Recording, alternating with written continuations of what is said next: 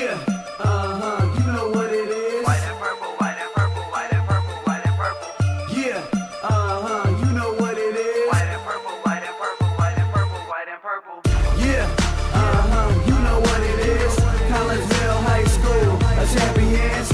Yeah, screaming that's us. And when we on top, boy, quit fussing. All around my town, everything is white and purple, white and purple, white and purple, white and purple. We shut it down for the school and the sports team. White and purple, white and purple, white and purple, white and purple. Purple and white, but you know what I mean. Double 11 senior year made history. Football, we took it to the playoffs. Collegeville, white and purple, yeah, we are the K-House. I said the K-House, the school of champions. We laugh a lot, we rap a lot. I'm asked to be an Indian again. I'm telling them that Collegeville is where it's at. So when we on the field of court, they better be aware of that. They scared of that. Of course, look at the ceiling. What up, Mr. Floyd? Yeah, it's Collegeville. And yes, I'm glad to say that I'm a K-Hawk. I'm about to graduate. Yeah, you know what it is. Collegeville High School, a champions. Yeah, screaming that's us. And when we on top, boy, quit fussing. All around my town, everything is white and purple, white and purple, white and purple, white and purple. We shut it down for the school and the sports team. White and purple, white and purple, white and purple, white and purple. White and purple, yeah, I know you see it. You see the chaos and you tell yourself you wanna be it. I go to CHS, so I am a champ. I ran this game so long I'm starting to get a stomach cramp. Class of 1 and 2, but we're number 1. Shout out to all my juniors, yeah, you know we get it done. White and purple, you already know. It's little easy peasy and that boy lay low. Yeah, you know what it is. Collegeville High School, a champions. Yeah, screaming that's us. And when we on top, boy, quit fussing. All around my town, everything is white and purple, white and purple, white and purple, white and purple. We shut it down for the school and the sports team. White and purple, white and purple, white and purple, white and purple. I'm about my white and purple, Scarface and DJ Screw. We on the peak of the mountain, best at what we do. Yeah, we the champs, homie, but we ain't selling shoes. These boys bleeding purple, call us the cheapest crew. They don't gotta do it big, cause I don't play no sports. I play my cards right, now a good report. When Dub 12 comes, it's time to roll off. I'm the back cause everybody rolling with me, K-Hawks. Yeah, you know what it is. Look, all the freshmen, all the fresh sophomores, High school, champions. yeah, they know what it is. All around my town, everything is White and purple, white and purple, white and purple, white and purple. we shut it down for the school and the sports team. White and purple, white and purple, white and purple, white and purple. Yeah, you know what it is. Collegeville High School, a champions. Yeah, screaming that's us. And when we on top, boy, quit fussing. All around my town, everything is white and purple, white and purple, white and purple, white and purple. We shut it down for the school and the sports team. White and purple, white and purple, white and purple, white and purple.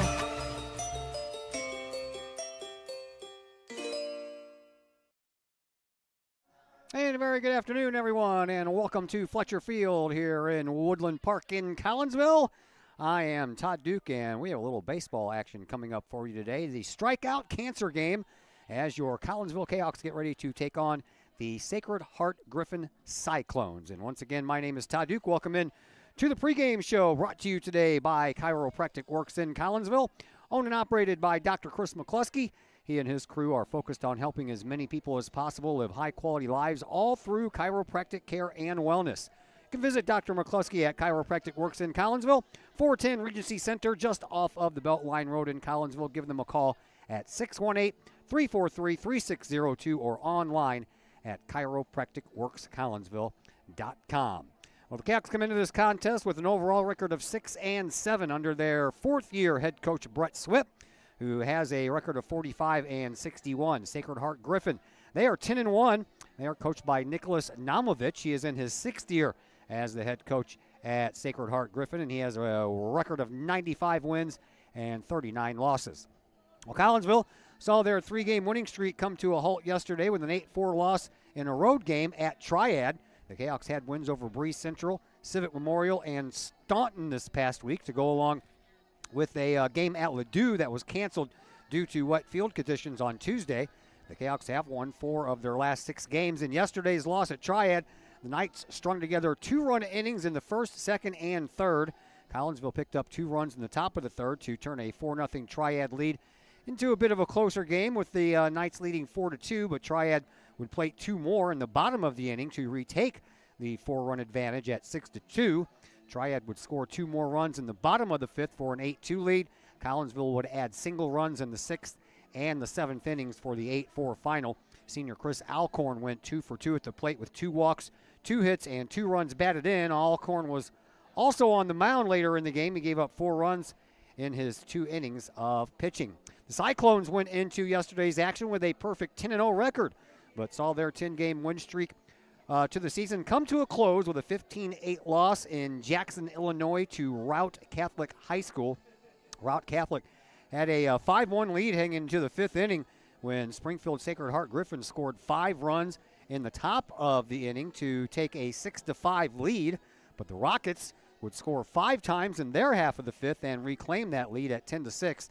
The Cyclones put up 2 runs in the 6th to get to within 2 at 10-8, but the Rockets put up another 5 spot in the home half of the 6th, to which Springfield Sacred Heart Griffin had no answer for in the 7th for that 15-8 win by the Rockets. 5 of the 10 wins for the Cyclones have come on the road, and they are now 5-1 in their road games. Collinsville comes in averaging 4.9 runs per game scored, while the the Cyclones have a whopping 11.9 runs scored per game. On the defensive side of things, Collinsville is allowing 5.3 per game, while the Cyclones are allowing 2.5.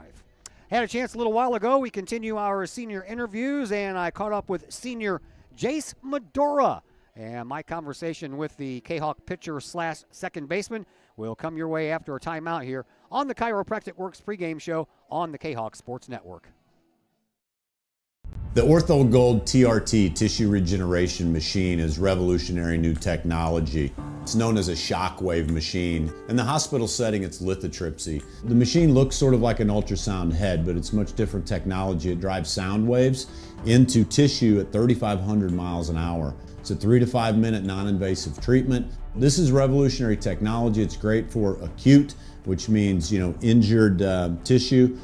New injuries per se, also chronic conditions. We have many people who have canceled knee replacements and shoulder replacements and treated lots of plantar fasciitis, foot, ankle problems. Overall, the Ortho Gold TRT soft wave machine is revolutionary technology. We've been very excited to bring it to our practice, and we've already helped a tremendous amount of people with it, and we're looking forward to helping a lot more.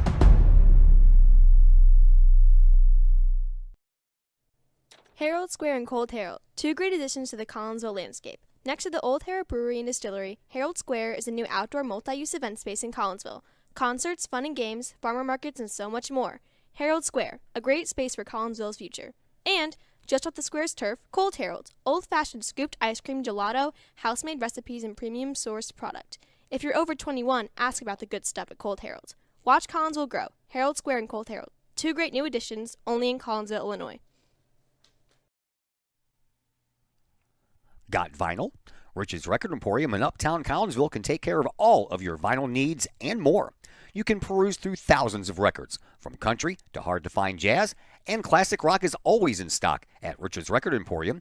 Used vinyl, new vinyl, and hard-to-find vinyl. Don't forget to check out the audio room at Rich's, where you can check out the latest in audio gear, from new top-of-the-line speakers to turntables and receivers, plus all of the accessories. Rich's has t-shirts, record cleaners, turntable needles, wall art, and so much more. If you can't find what you're looking for at Rich's, they will do their best to find it for you. Don't forget to mention seeing this ad on the Kahawk Sports Network for a 10% discount at checkout. Rich's Record Emporium, 131 West Main Street in Collinsville, or call 618-795-1333 or online at richesrecordemporium.com. Financial investments are very important, but so are the investments of time, patience, and encouragement our young athletes receive from their coaches, teachers, and mentors. Jason Regg, your Benjamin F. Edwards financial advisor, understands this. That's why Jason Regg is a proud supporter of your Collinsville Kahawks and the Kahawk Sports Network, as well as the Kahawk Educator of the Month Award. For all of your investment needs, see financial advisor and investment vice president Jason Regg at the Benjamin F. Edwards office in Collinsville, located at 1008 Vandalia Street, or call Jason Regg at 618-223-5215 or visit benjaminfedwards.com. Benjamin F. Edwards, member SIPC.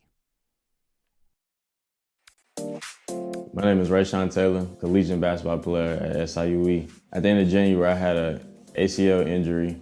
I've been searching for ways to come back as best as I can after the construction. Dr. Chris introduced me to the Shockwave machine. I'm gonna be honest, at first I was kind of scared because I didn't want it to shock me and hurt me too bad. And I had heard something about it, and I did my research on it, and it turns out it didn't actually hurt. It just was a good pain. It just finding where it hurts to promote the healing, and that's exactly what it did. I've actually had this surgery before. This time I feel like I'm back on my feet quicker, much faster. I'm much stronger than I was up to this point last time. And honestly, I feel like I could play right now.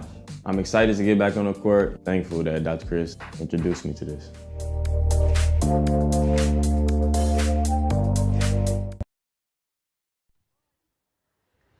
Hey, we welcome you back into the Chiropractic Works pregame show here on the Kahok Sports Network. We're striking out cancer today at the old ball yard. Your Collinsville Kahawks getting ready to take on the Cyclones of Springfield Sacred Heart Griffin High School. We continue with our senior interviews, and today we interview number 8 senior Jace Madura, his second year on the varsity team. First of all, man, before we start finding out stuff about you, I did that game against Bree Central, and you got injured in that game. So tell us a little bit about what happened and how you're doing. Well, I took a line drive to the belt area, and I made the play, and it just hurt a lot.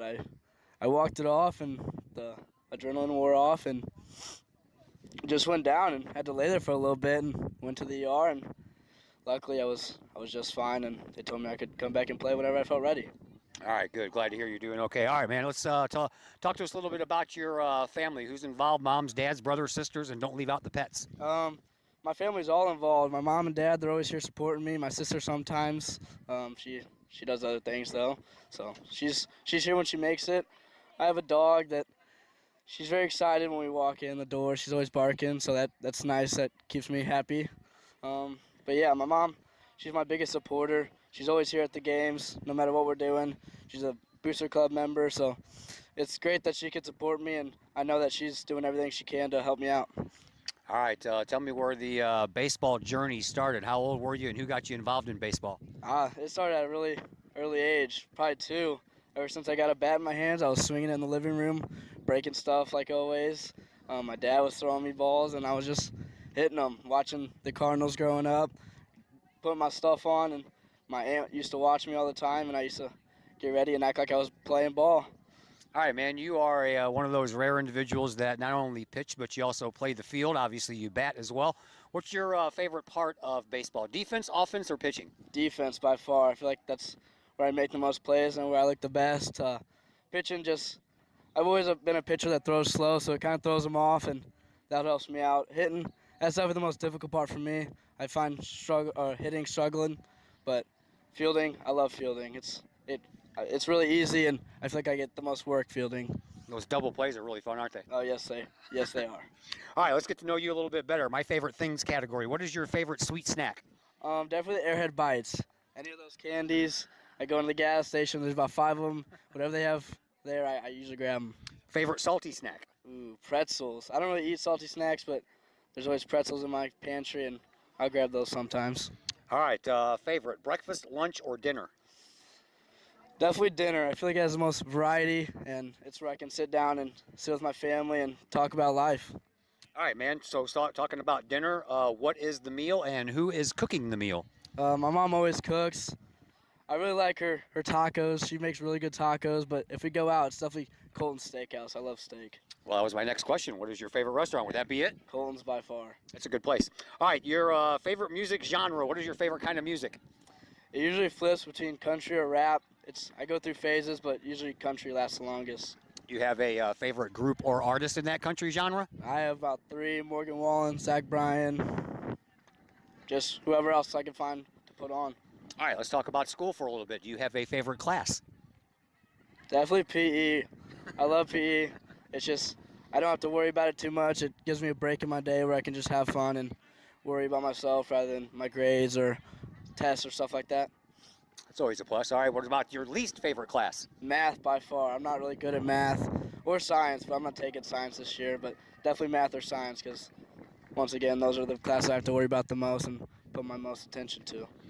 All right, what does the future hold in store for Jace Madura? What are you going to do when you graduate next month? The plan is to go to Ole Miss. I think, unfortunately, I'm going to quit baseball. I'm just not really enjoying it no more, and I want to kind of just worry about my life and what I have after it rather than focusing on baseball. So I think I'm definitely going to go to Ole Miss and either dentistry or accounting. All right, cool. All right, shout out time for you, man. Who out there would you like to say hi to? Definitely my mom. My mom, like I said before, my mom is my biggest supporter, and she does everything she can for me. And whether outside of baseball or school, whatever it is, she's definitely always there for me and supporting me no matter what I do. All right, you got Springfield, Sacred Heart, Griffin today. What do you guys need to do to pull out the win? We really just need to focus on ourselves. We've been through some rough patches this season, but I play with these guys for a long time, and I know what they're capable of, and we're definitely not at our highest level, but I'm trusting that we will get there. Good luck today, and good luck in your future, man. Thanks for the visit. I appreciate it. That is Jace Madura, number 8 on your program's roster. We'll take a break here on the Chiropractic Works pregame show. When we come back, we'll throw the starting lineup for both sides your way. That's coming up next on the Kahok Sports Network. The Ortho Gold TRT tissue regeneration machine is revolutionary new technology. It's known as a shockwave machine. In the hospital setting, it's lithotripsy. The machine looks sort of like an ultrasound head, but it's much different technology. It drives sound waves into tissue at 3,500 miles an hour. It's a 3 to 5 minute non-invasive treatment. This is revolutionary technology. It's great for acute, which means, injured tissue. New injuries per se, also chronic conditions. We have many people who have canceled knee replacements and shoulder replacements and treated lots of plantar fasciitis, foot, ankle problems. Overall, the OrthoGold TRT soft wave machine is revolutionary technology. We've been very excited to bring it to our practice, and we've already helped a tremendous amount of people with it, and we're looking forward to helping a lot more.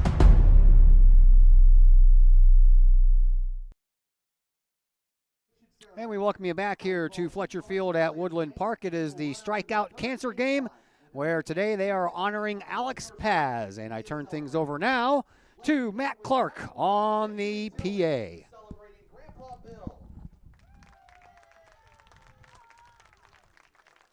Number 3, Cole McCluskey, who is celebrating his mom.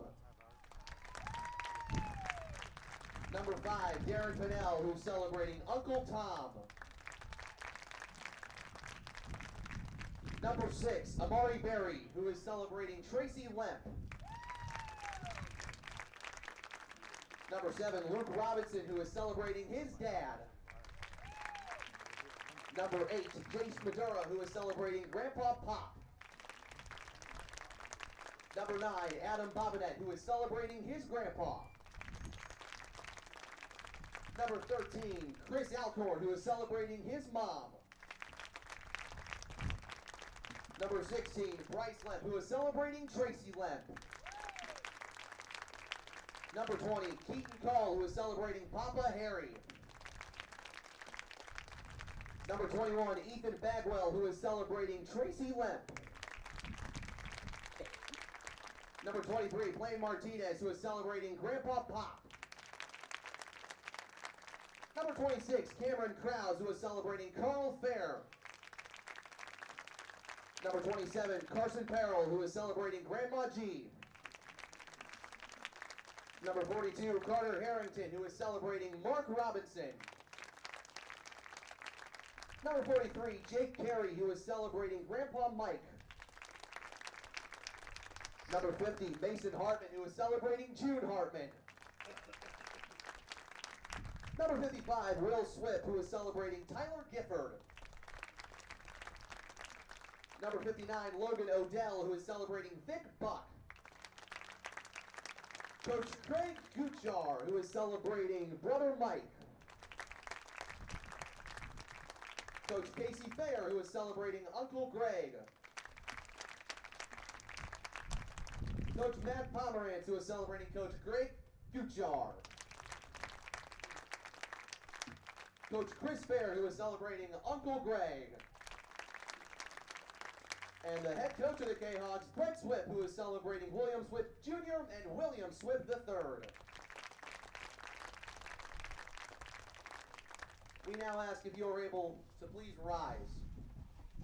Each year, the Strikeout Cancer Game gives our community an important opportunity to consider the impact that cancer has had in Collinsville and beyond. While many of us root for different teams, play different positions, and experience different things in our lives, we are all united in the fact that we know someone who has been affected by some form of cancer. We now ask for a moment of silence as we collectively reflect on those who have fought and are now in the difficult fight against this terrible disease.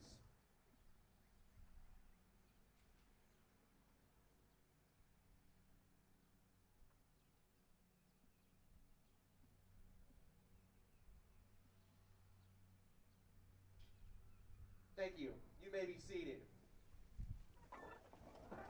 Now, Kahok fans, let's celebrate Alex Paz. Alex's journey began years ago when he was diagnosed with non-alcoholic fatty liver disease, also known as NAFLD. In October 2020, Alex was then diagnosed with cirrhosis of the liver, another form of NAFLD. After this diagnosis, he was monitored every 6 months with ultrasound to check for progression. On August 2nd, 2023, ultrasound discovered lesions on his liver. Then on August 25th, 2023, an MRI was done to analyze the lesions, and he was then diagnosed with hepatocellular carcinoma, or HCC. He was immediately referred to the transplant team at WashU and BJC. The only cure for HCC is a transplant, as long as cancer hasn't spread outside the liver and isn't bigger than 5 centimeters. In October 2023, Alex started radiation treatment to keep the cancer from growing and spreading. In November, he was officially added to the transplant list. On January 10th, 2024, Alex got the call saying that they had a liver for him and that he needed to get to the hospital right away. By 6 o'clock p.m. that night, Alex had a new liver. He is still recovering from his transplant surgery and is monitored weekly with labs, and at the 6-month post-surgery, he will have an MRI to monitor his liver to ensure everything is doing well and to see if he is cancer-free. Alex joins us today on the field with his wife Diane and other family members. Alex, we appreciate everything you do for Kahok Sports and enjoy all the memories you capture through the pictures you take. We wish you a full recovery. Now, Alex will throw out the first pitch to get today's varsity game underway.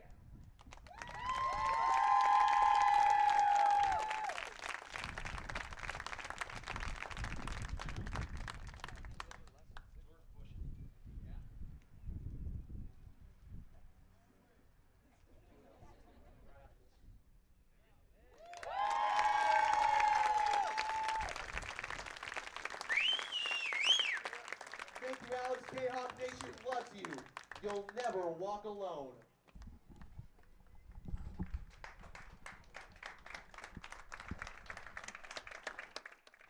Strikeout cancer festivities as Alex Paz throwing out a pretty good first pitch there. All right, we have one more break coming up your way. We got the national anthem and the starting lineups to go through. We'll be back in a moment on the Kahok Sports Network.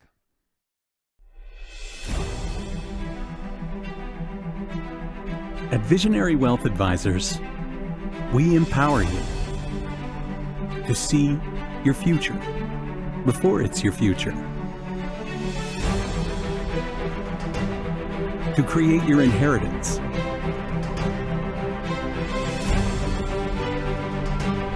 to build your vision, to anticipate the known and unknown, and to find potential in both, and build new dawns. Visionary Wealth Advisors. Visit Brad Keene at his Collinsville office at 106 North Clinton or call 618-467-8420. Collinsville Barbecue Supply, home of Code 3 Spices, is first responder owned by proud Kahok alums.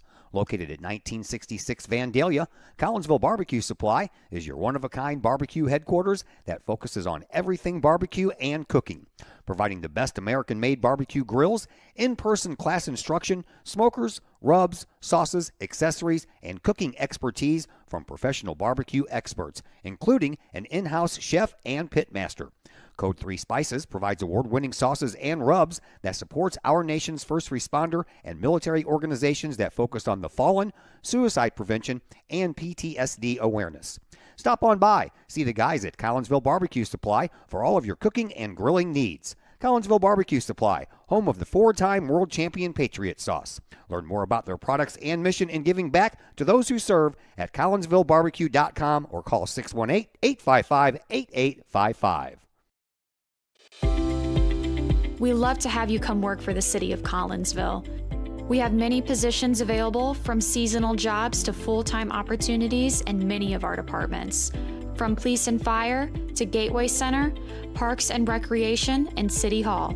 Our employees enjoy great benefits like comprehensive medical plans, paid time off, tuition reimbursement, and more. Visit the city's website, collinsvilleil.org, to apply and learn more about working for the City of Collinsville.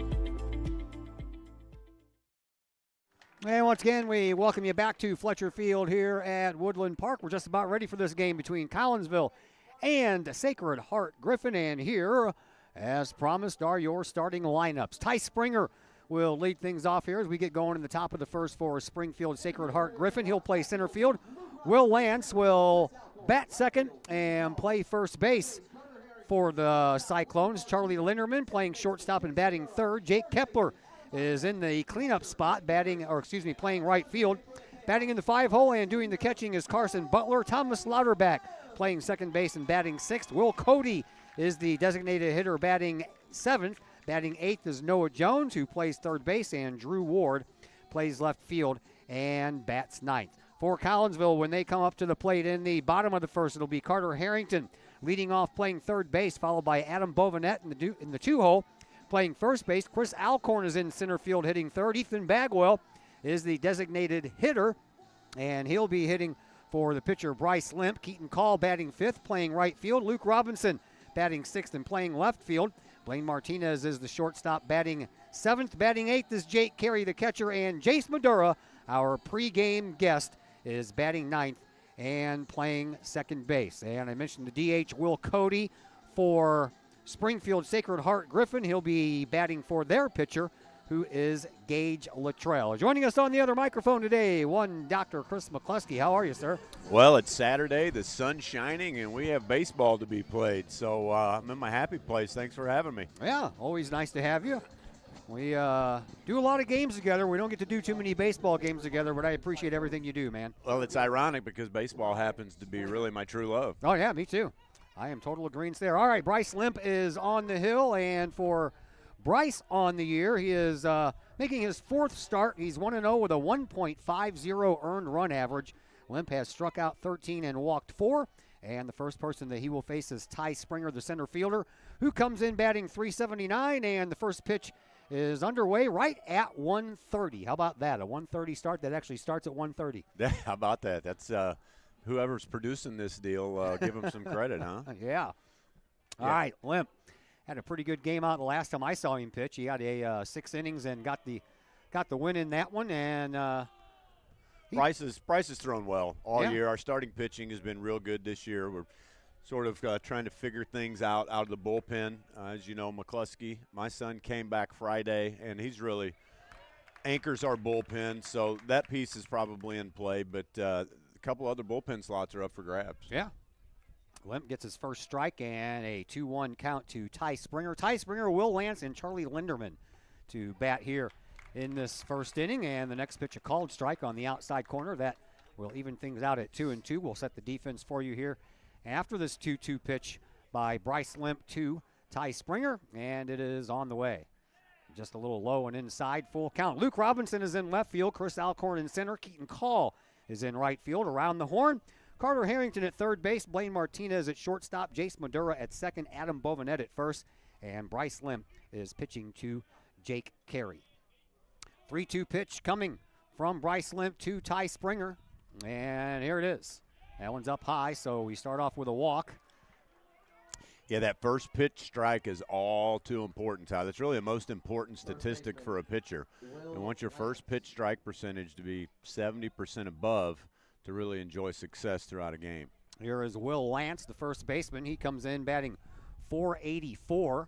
As I mentioned in the pregame introduction, this Springfield bunch, man, they are averaging 11.9 runs per game, almost 12 runs per game. My goodness. Suffered their first loss yesterday, so they come in at 10-1 when they started the day yesterday at 10-0. They're a pretty good bunch. So Limp's questioning where that ball is. I think the ball was up. You've got an experienced umpire here that we've seen many, many times. So you're going to have more of a collegiate and big league style of zone.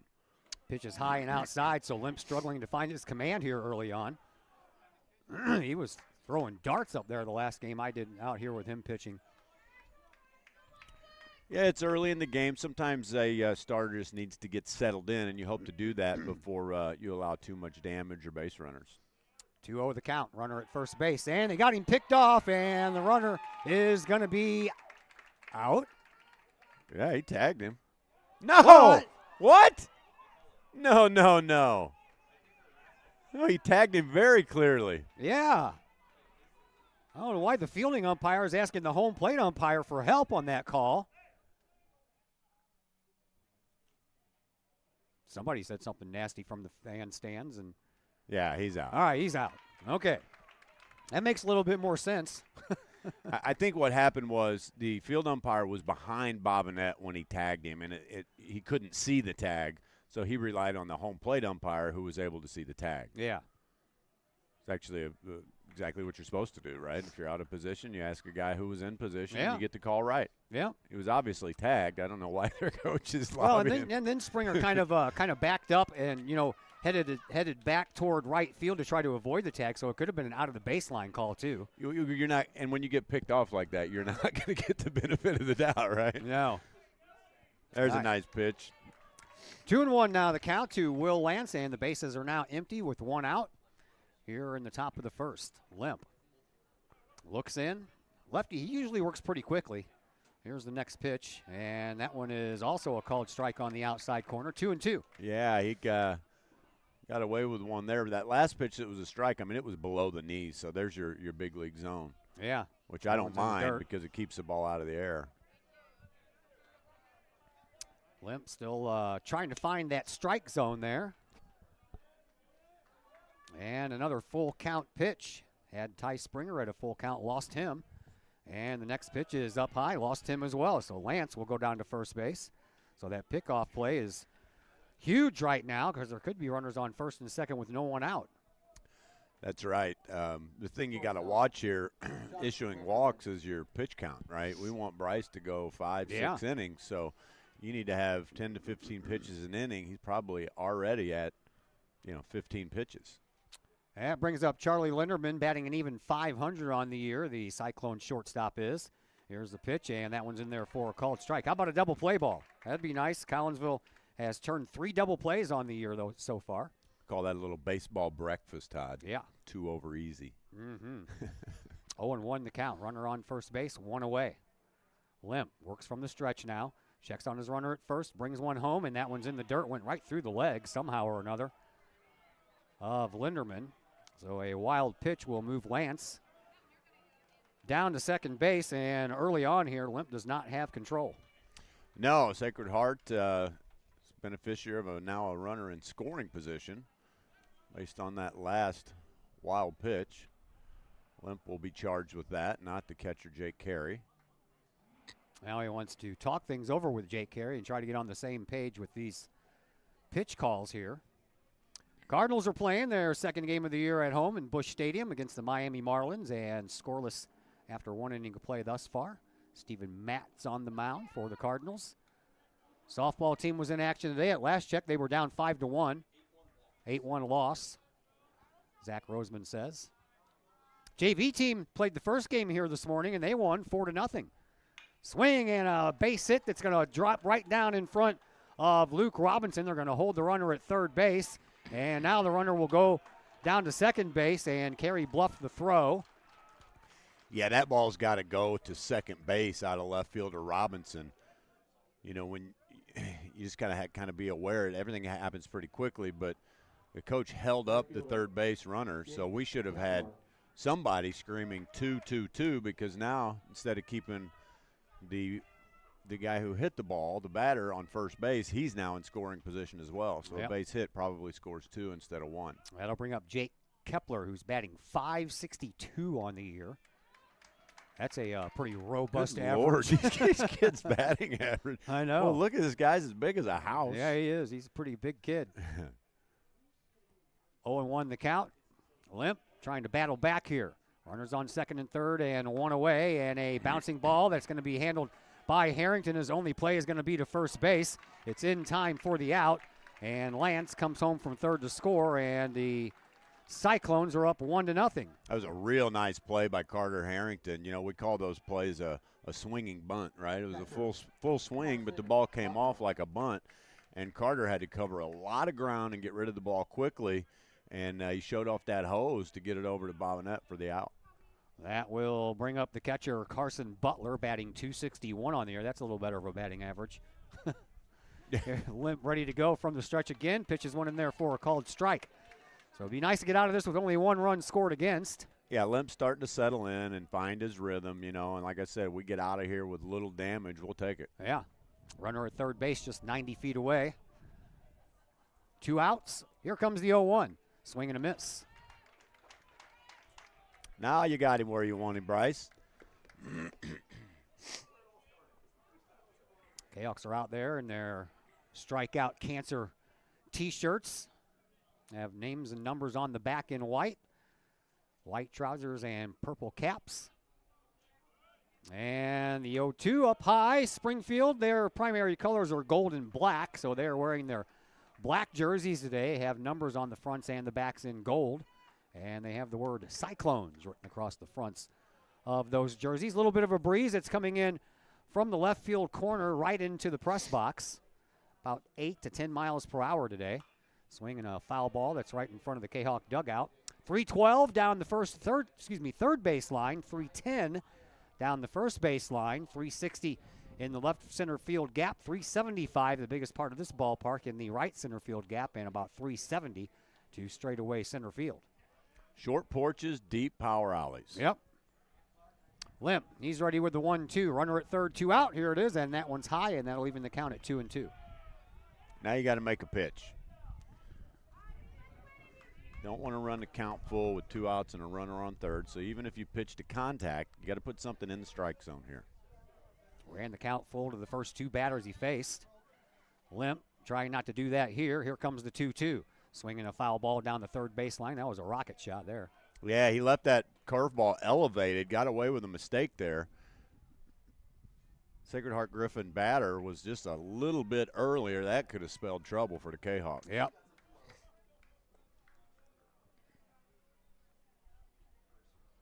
You know, the short porch in right field there at 310. Collinsville, I think normally we have about 4 lefties in the lineup, so that's could play as we watch this game carry on here.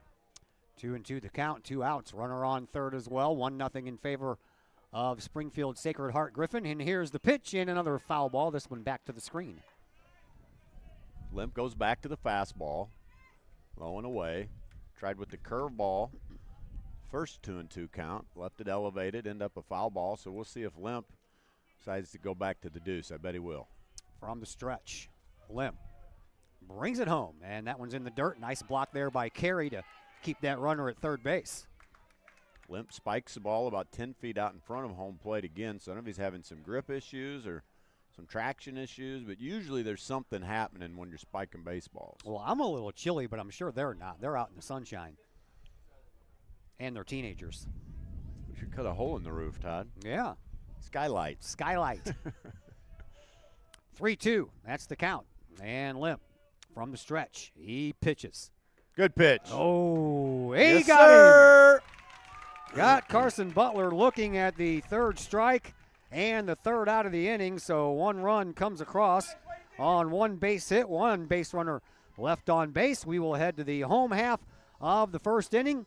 And your Collinsville Kahawks come to the plate for the first time, and we'll be back to tell you all about it in just a moment here on the Kahawk Sports Network.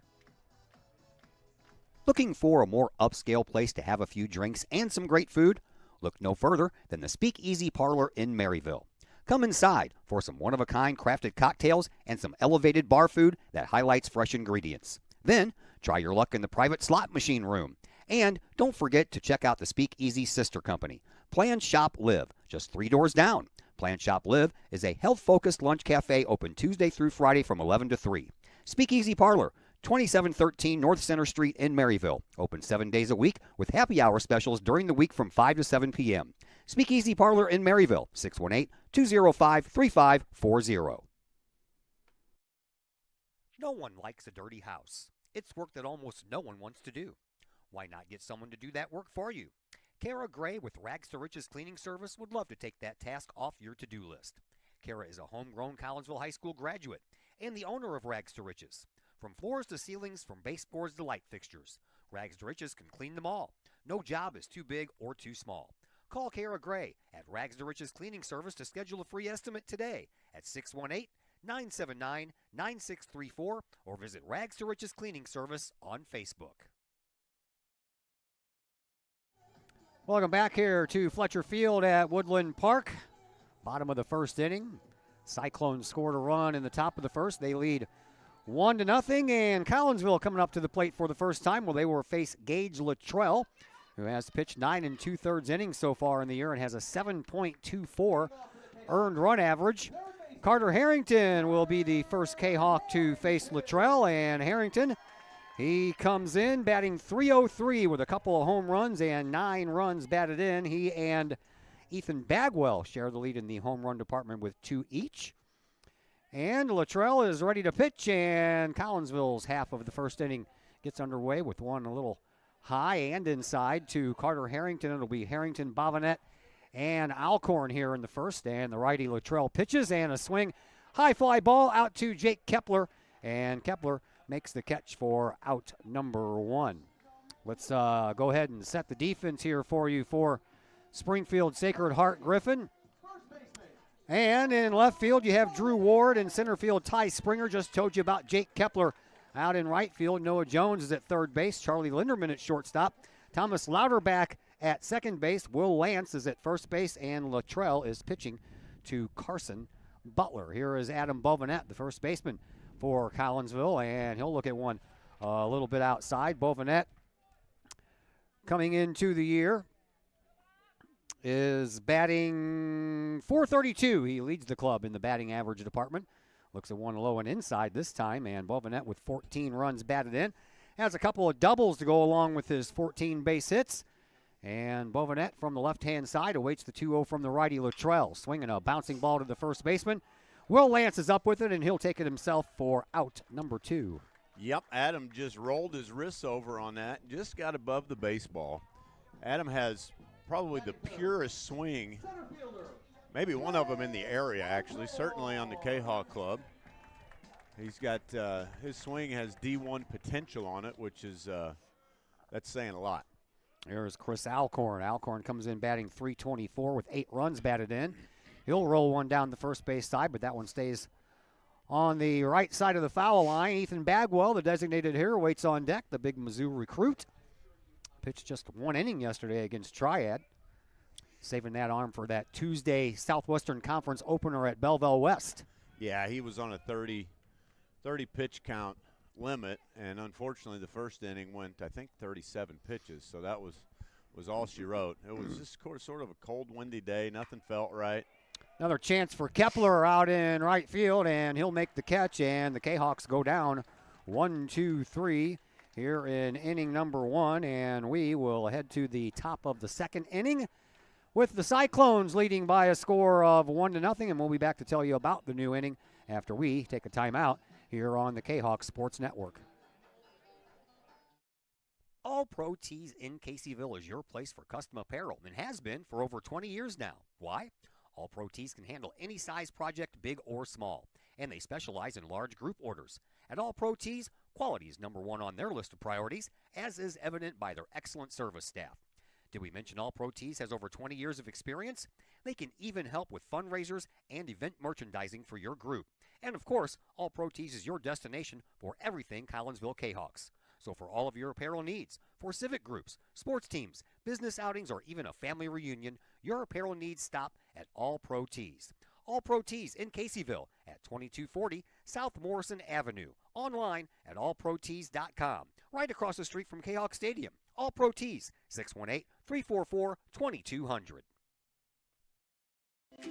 The Collinsville Area Community Foundation is our community's charitable foundation. We connect people, support programs, and guide resources to help our community thrive. Our board is made up of local leaders that donate their time and expertise to identify opportunities for long-term community impact in and around Collinsville. Find out more about scholarships, grants, and ways to give back to the city we love by visiting collinsvillefoundation.com.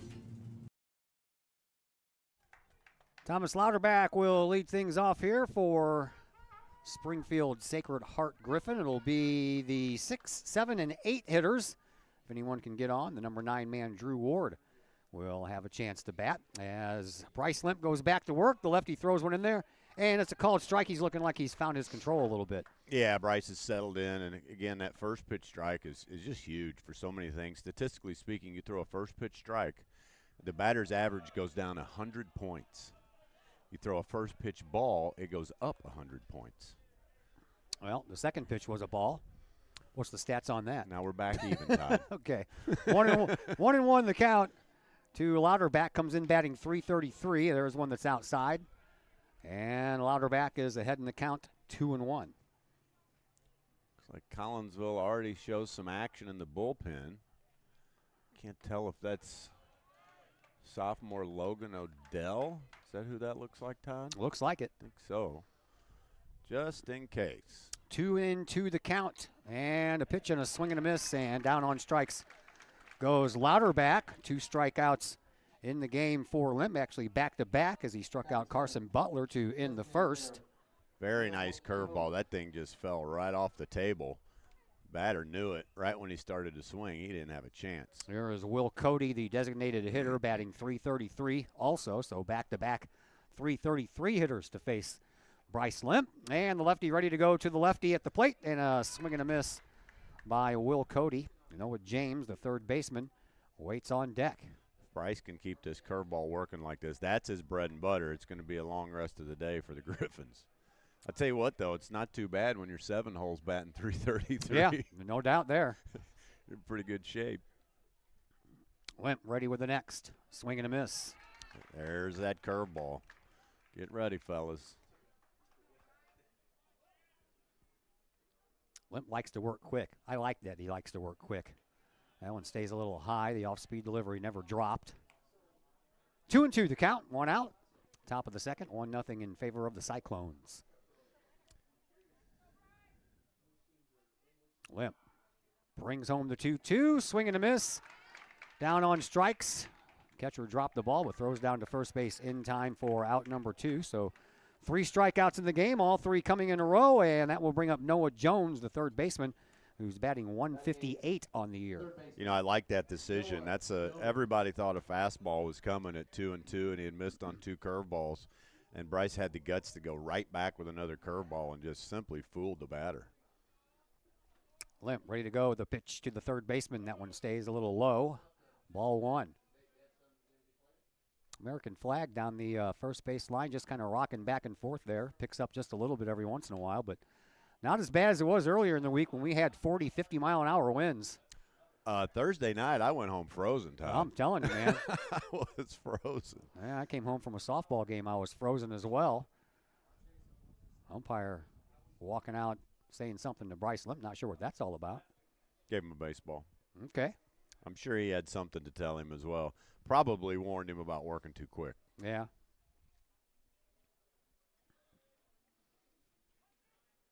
Okay. 1-1 the count to Noah Jones, the third baseman for Sacred Heart Griffin. Collinsville looking for their first 1-2-3 inning on the defensive side of things, and the pitch stays a little high, 2-1.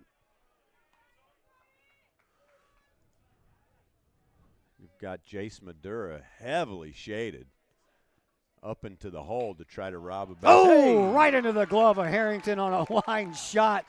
Harrington had to leave his feet, and he makes the catch for out number 3. So Limp and his Kahok counterparts enjoy their first 1-2-3 inning on the defensive side of things. We'll head to the home half of the second inning, and we'll be back to tell you all about it in just a moment here on the Kahok Sports Network. Looking for a new place to catch the game with cold drinks and great food? Look no further than 1101 Bar and Grill in Caseyville. 1101 Bar and Grill features pizza, burgers, wraps, and salads, plus 7 large screen TVs to catch the latest Kahok games and all the pro sports across the spectrum, plus all the college football and basketball you can handle. 1101 Bar and Grill in Caseyville, 1101 Caseyville Road, right across the street from Kahok Stadium. Call 1101 Bar and Grill for carryout orders at 618-223-1332. Mike's Automotive in Collinsville is a T3 certified tire dealer and so much more. Sure, Mike's Automotive has tires. They can also help with making sure your entire vehicle is road ready, from belts and hoses to preventative maintenance like oil changes and tire rotation. Plus a lot more than that. Mike's Automotive has 3 locations to choose from. Mike's Automotive in St. Louis and Millstadt, and Mike's Automotive in Collinsville at 1150 St. Louis Road, just blocks from the high school. Or call Mike's Automotive at 618-345-0611. Mike's Automotive in Collinsville. Middle of the order coming up for Collinsville in their half of the second inning. It would be Ethan Bagwell, Keaton Call, and Luke Robinson. And Bagwell comes in batting .406 with a couple of home runs, 6 runs batted in. And the first pitch misses out of the strike zone, out of the hands of Gage Luttrell. Yeah, Luttrell, I was noticing, has a little 3/4 delivery, and that's hard to pick up as a batter, so the Kahawks are going to have to make some adjustments there. Reminds me of Tanner Houck, the way he comes down at 3/4, and it kind of hides the baseball until it leaves his hand at the last minute. Bagwell ahead in the count, 2-0. Here's the next pitch. This one's fouled out of play. Back over into the Woodland apartment complex. Yeah, notice all of our guys have been hitting the ball the other way. We haven't figured out how to pull this guy yet, so our guys are going to have to get started a little early. Here's the 2-1 pitch. Swinging a foul straight back to the screen. 2-2 now the count to Ethan Bagwell, who will most likely get to pitch Tuesday at Belleville West. I'll be here Thursday against Belleville West in the old home and home series, home and away series, or away and home series as the case is. Outside, called strike 3. Bagwell kind of froze at the plate there for a minute. He didn't like the call. Well, I mean, here's the deal. That's a great pitch. I believe it was on the black, down below the knees. Probably nicked the zone, but you're probably not going to hit that ball very hard or far anyway, so I don't mind Bagwell taking it, and sometimes you gamble, and this time we lost. Keaton Call to the plate now, batting .208 on the year. He has one skipping the dirt. Keaton has 6 runs batted in, has 3 doubles, a triple to go along with his 9 hits. Looks at one outside. That one hits the corner. 1 ball, 1 strike to count to Keaton Call, the right fielder for Collinsville. The left fielder, Luke Robinson, waits on deck for the Kahawks. Next pitch from Luttrell, swing and a miss at a ball outside by Call. Yeah, and that's what happens when you start getting the corners given to you. Then the batters think they got to go. That ball's outside of the zone, which is exactly what just happened. 1-2 pitch, swing and a miss, and down on strikes goes Keaton Call. So back-to-back strikeouts for Luttrell, and there's 2 quick outs here in the bottom half of the second inning. Here's Luke Robinson. Robinson comes in batting .222 with a couple of runs batted in. JV team won here 4-0 today. Lucas Owen on the mound in that one. He pitched 6 innings of shutout baseball. Congratulations, young man. He was also the first player at the ballpark this morning. Yeah. Because I was here putting up banners. I got nominated, Todd. You got volunteered. Voluntold. Yep, that's it. Yeah. 1-1 the count to Robinson. Here's the next pitch. This one's outside, just misses at the corner. Oh, by the way, on your one sleep-in day of the week, honey, you're gonna need to meet Chris at the field at 8 a.m. Yes, ma'am. But those banners look nice, right, Todd? Yes, they do. We got a new Chapman banner, Chapman Trucking banner out there, thanks to Kirk and Christy Chapman, big Kahok supporters. Yeah, they're one of our sponsors as well. And the 2-2 pitch is well outside. 3-2 to Luke Robinson. Blaine Martinez, the shortstop, waits on deck. A little A-plus super storage, courtesy of Sean and Heidi Turner. Appreciate those guys for purchasing a banner. Luttrell pitches. And a swing, and that one is going to fall in for the first Kahawk hit of the afternoon, and it belongs to Luke Robinson. Just what the doctor ordered. We just needed to kick the dust off the boots and get this merry round. Say that again. Merry round going. Here is Blaine Martinez, the shortstop. Blaine comes in batting 111 with 3 runs batted in. He does have a home run, so you know he can power up every once in a while. I think the first game of the year he hit a home run and has been trying to figure things out since. That ball gets away from the catcher. Hit him right in the glove, but it popped right out, and Robinson now in scoring position. Yeah, this is a big at-bat for Martinez. Yep. Passed ball charged to Carson Butler. Martinez with an RBI opportunity here. Center fielder Ty Springer playing way in. And the pitch, and did he hold up? Nope, it was going to be called strike anyway. It was a strike, yeah, and that's just the indecisiveness, and that's what happens when you're struggling, trying to find your way in the batter's box. You start questioning yourself, and that's really the last thing you want to do. Luttrell pitches. That one is also a called strike. That looked a little high and inside. It was right across the chest. I think it was probably borderline, especially for what Jordan's been calling out there, but it is what it is, and Martinez finds himself down 1-2. Luttrell checks on the runner at second twice. Swing and a miss by Martinez. And he goes down on strikes. Luttrell strikes out the side and leaves the runner stranded over at second base. So we will head now to the top of the third inning. 1-0 in favor of the Cyclones after picking up a run in the top of the first. And we'll be back in just a moment here on the Kahok Sports Network. Are you in need of a new mailbox to go with your new home?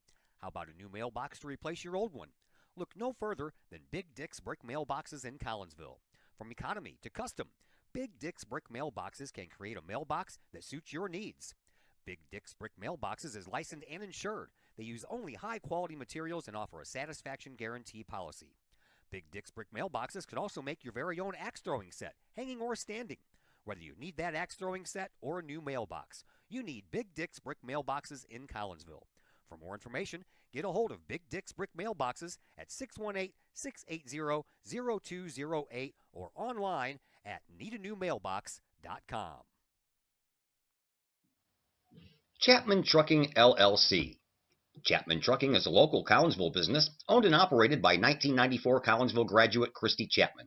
With over 10 years of experience, Chapman Trucking, LLC can take care of all of the heavy lifting when it comes to hauling aggregate materials such as sand, driveway rock, dirt, boulders, and more. That includes getting your heavy work equipment to your work site where it needs to be. Give Christy a call for a free estimate at Chapman Trucking, LLC, 618-960-9346 or online at chapmantruckingllc.net. Back here at Fletcher Field at Woodland Park, Todd Duke and Dr. Chris McCluskey with you. And top of the third is rolled around. 1-0 in favor of Springfield Sacred Heart Griffin. The number 9 man comes to the plate, Drew Ward, the left fielder for the Cyclones, to face Bryce Limp, and then back to the top of the order and Ty Springer and Will Lance. Beautiful day. Just a little bit chilly here in the box because we're out of the sunshine. Supposed to be up to around 63, 64 degrees today. As Limp gets ready to go here in the third, and that one's a little low and inside, ball one.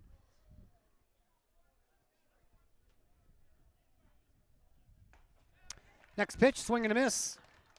That'll even things up to Drew Ward at 1 ball and 1 strike. And Limp continues to work at a pretty good clip. Just a bit inside, 2-1. Next delivery on the way already. Swing and a miss again by Ward. And now the count even at 2-2. Abundant sunshine, not a cloud in the sky to be found. Here's the 2-2 pitch. That one stays a little high. Full count.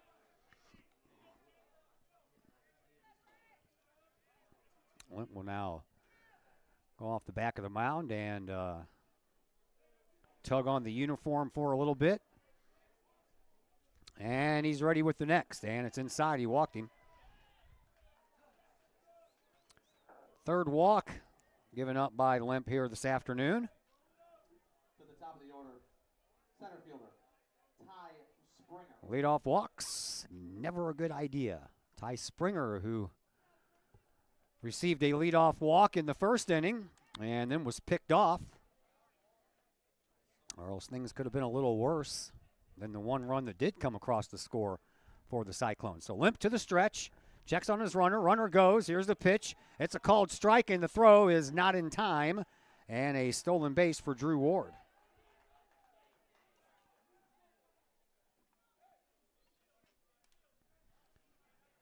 So a runner in scoring position here for the Cyclones once again.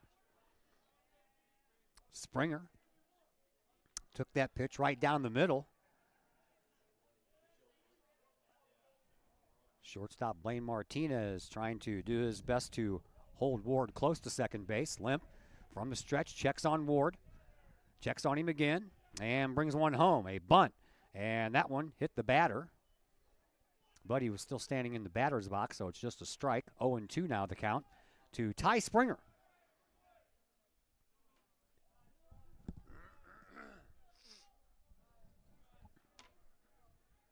Springer does a little landscaping, steps back in. Limp checks on Ward at second, checks on him again, and brings one home, and that's high and outside. Jake Carey had to spring out from his catcher's crouch to snag that one. 1 ball, 2 strikes the count to Ty Springer. Runner on second, no one out. We're in the top of the third, 1-0 in favor of Springfield Sacred Heart Griffin High School. Limp from the stretch again. And they turn around, no throw to second base. And Ward will dance off the bag once again. He's really testing Limp out there. He's got a pretty big lead. Trying to get in Bryce's head a little bit here. I don't think he's going to go anywhere. Swing and a miss. And down on strikes goes Ty Springer for out number 1. And that is the 4th strikeout of the afternoon for Bryce Limp. That'll bring up Will Lance, who also received a walk in that first inning, and he was the one who came around to score on an RBI ground out by Jake Kepler. Keep an eye on that second base runner. If he keeps getting that large secondary carry, could throw in behind him without too much of a problem. Limp checks on that runner once again. And pitch inside, ball 1. Ward walked, stole second base. That's where he stands now. Strikeout of Ty Springer, and that's Will Lance at the plate now for the Cyclones. And Limp checking on Ward at second base again. Blaine Martinez in right behind him, and the throw not in time. Trying to keep him honest. Yeah, he's not pushing the limit too much with Bryce, just enough to get in his head, but then he's getting a huge secondary. And I'm just up here squirming for Jake Carey to throw in behind him. And the next pitch, swinging a foul ball back to the screen. Chris Alcorn out in center field, playing a little bit over to the third base side. There's a big old gap in left center field. Ooh, you're not lying. Oh, boy. You could park a couple of semis over there. Is that Keaton Call in right field? Yes, it is. Yeah, he's really hugging the line. 1-1 the count to Will Lance. Limp brings it home.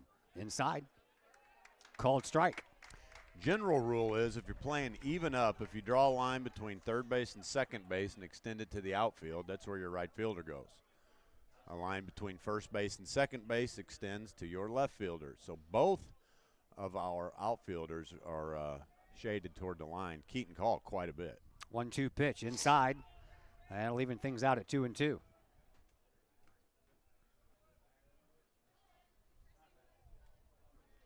Well, time to make a pitch here, Todd. Yeah, I agree. Must need some money, huh? It's the only time the kids come up to the booth. Dad, I need some money. 2-2 the count. Limp trying to get the batter, keep Ward close to second base, checks on him a second time, and brings home the 2-2 pitch. That's in the dirt. That gets away from Carey, and that's going to mean that Ward will make it to third base on the second wild pitch issued by Bryce Limp here today. So runner just 90 feet away and only one out. And a 3-2 count to Will Lance with Charlie Linderman waiting on deck.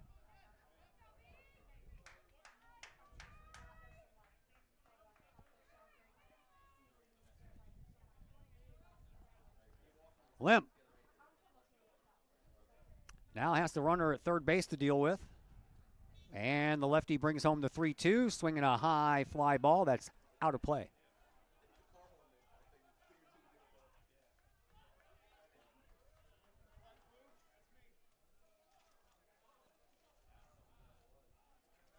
Whoa. Knocking stuff around up here.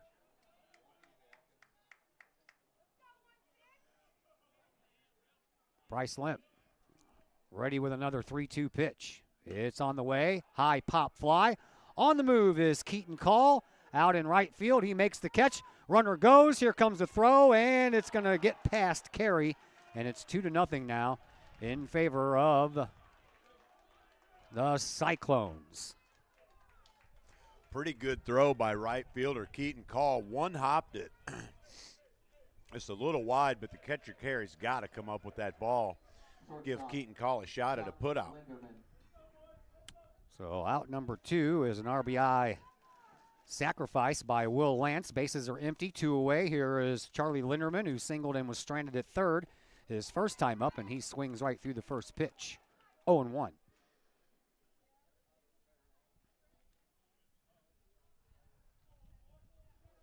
Limp back to the regular windup. Brings it home. Another swing and a miss by Linderman.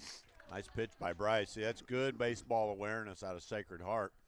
You know when you've got a runner on third, less than 2 outs, you do anything you can do to get that run home. Preferably go the other way. In the air is even better. And you couldn't have drawn it up better for Sacred Heart. Strike 3 called on the outside corner. 2 strikeouts in the inning for Bryce Limp. And that'll end the inning, but 1 run does come across the score without the benefit of a base hit. So we will now head to the home half of the third inning. Collinsville trying to string together something here as they need some base runners. They've only had 1 so far. We'll be back to tell you all about the home half of the third right after a timeout here on the Kahok Sports Network. Looking for a great place to watch the game with your crew? Look no further than the Lucky Fox Sports Bar in Uptown Collinsville. The Lucky Fox shows Collinsville Kahawk sports on the big screen, plus UFC fights, boxing, Cardinals and Blues, and all of the NFL games with the NFL ticket and enough TVs, you'll be sure to find the game you want. And the food? How about Taco Tuesdays, Wing Wednesdays, plus burgers and sandwiches, pizza, steak, and more, including great drink specials and the coldest beer in town. Plus, they have an in-house DJ on Friday and Saturday nights. Dine in and catch a game or order carry out with the Lucky Fox. The Lucky Fox Sports Bar, 118 East Main Street in Uptown Collinsville. Open daily at 11 a.m. Check out the Lucky Fox Facebook page for daily specials. The Lucky Fox, 618-223-1948. Todd Duke here, proud member of the Collinsville Educational Assistance Association. Whether you call us teachers' aides, paraprofessionals, or educational assistants, it all comes down to one thing: taking care of students. More importantly, your student. Yes, we are there for the teachers, and we help them in any way possible. But our goals are in line with our teachers, in that we want to see our students succeed at not only being a student, but well beyond that as we ready them for the world outside of the classroom. We are Union Strong. We are Kahawk Strong. We strive to help students reach their potential. We are the Collinsville Educational Assistance Association. Go Kahawks! Jake Carey leads things off here in the bottom half of the third for your Collinsville Kahawks. Carey looking for his first hit of the year on the varsity side. Takes one high, 2 and 1 the count. Yeah, he's looked at all 3 balls. First was a ball, second strike, then a ball. So see if he can get this bat rolling here. Outside, ball 3. We'll take a walk. It'll be Carey, Jace Madura, then back to the top of the order, and Carter Harrington here in the home half of the third inning.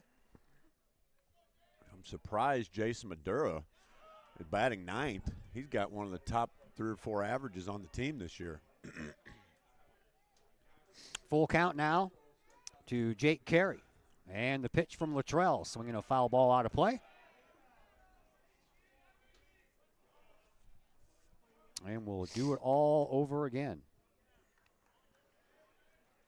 Jace, in that game, that first game of the year that we did here against Bree Central, took a line drive right around the belt area and made the play at first base and then went down, and he didn't return to that game. No, he got to take a trip over to our friends across the river for some testing. Thank goodness everything was negative, and Jace is back in action.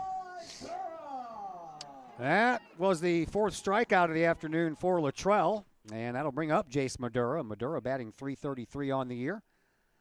All of his hits have been singles. Still looking for his first run batted into the year. He's not going to get that here unless he can power one over the fence. I'll do a cartwheel if that happens. Yeah, I hear you there. Ooh, line drive right into the fence in front of the Cyclones dugout. It's a good thing that fence is there. Somebody would have lost a knee. Yeah, you know, there's still a lot of exposure down there. Oh, yeah.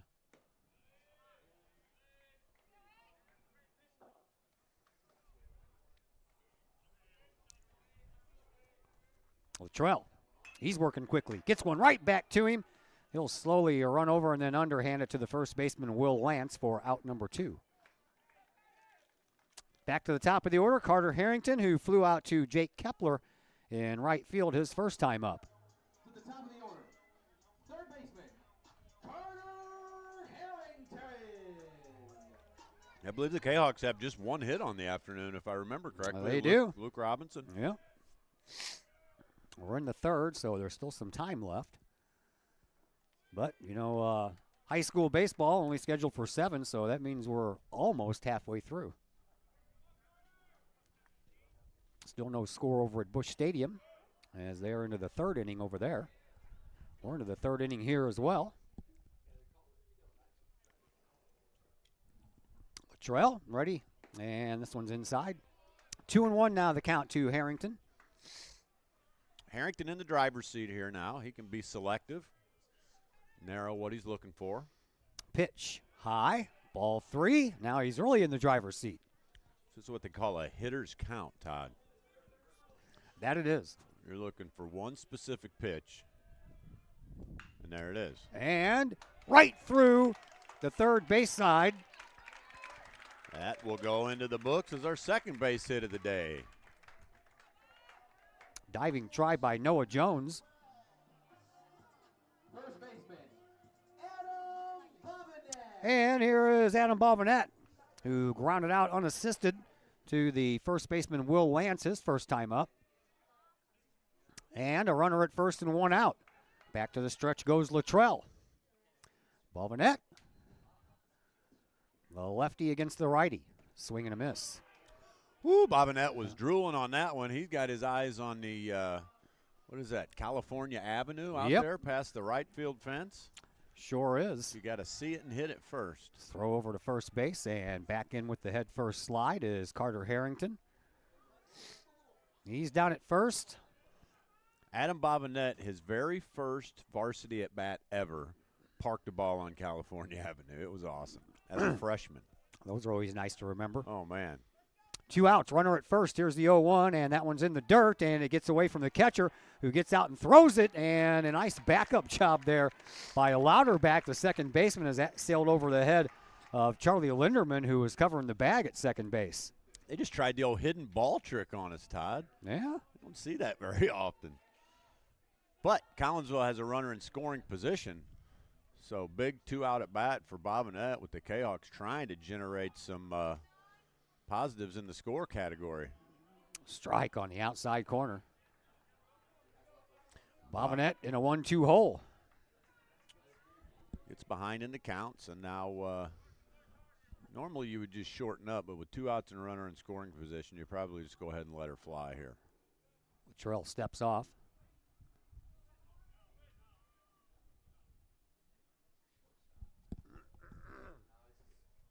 Shortstop made that sign that he wanted to run through the signs again. I'm like, okay. He wants to know what the pitch is, too.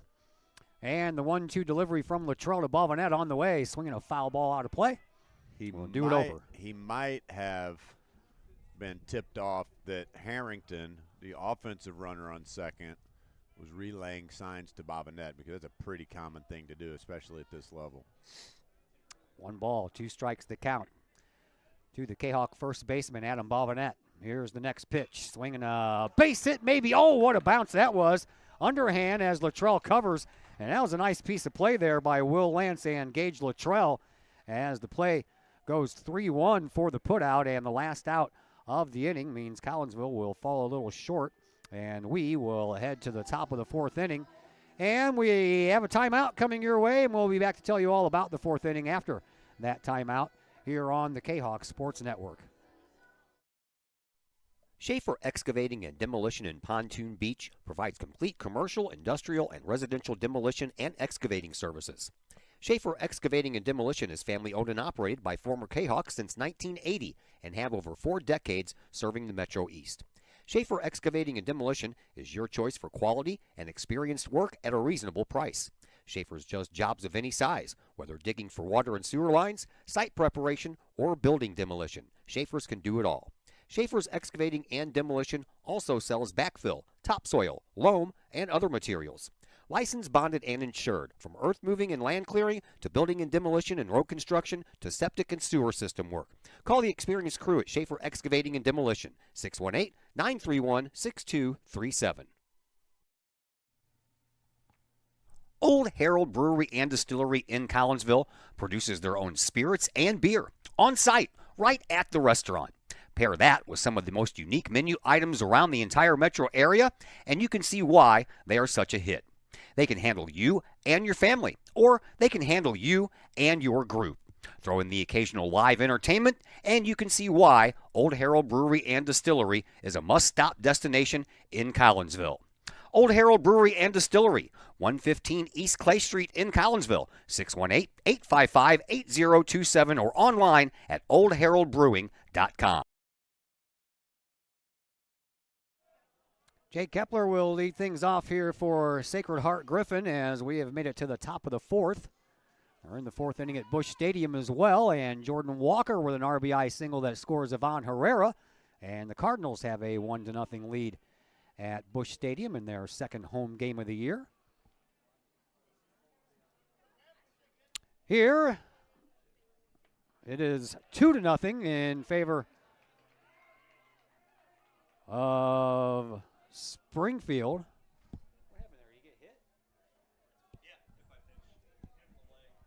Kepler gets hit in the leg by a pitch, so he's down at first base. And besides the 2nd inning that went 1-2-3 for Bryce Limp and Collinsville, Cyclones have had a base runner on in every inning except that 2nd inning. Bryce has got to be, I don't have my game changer on me, but he's got to be getting up there in pitch count. I would think so.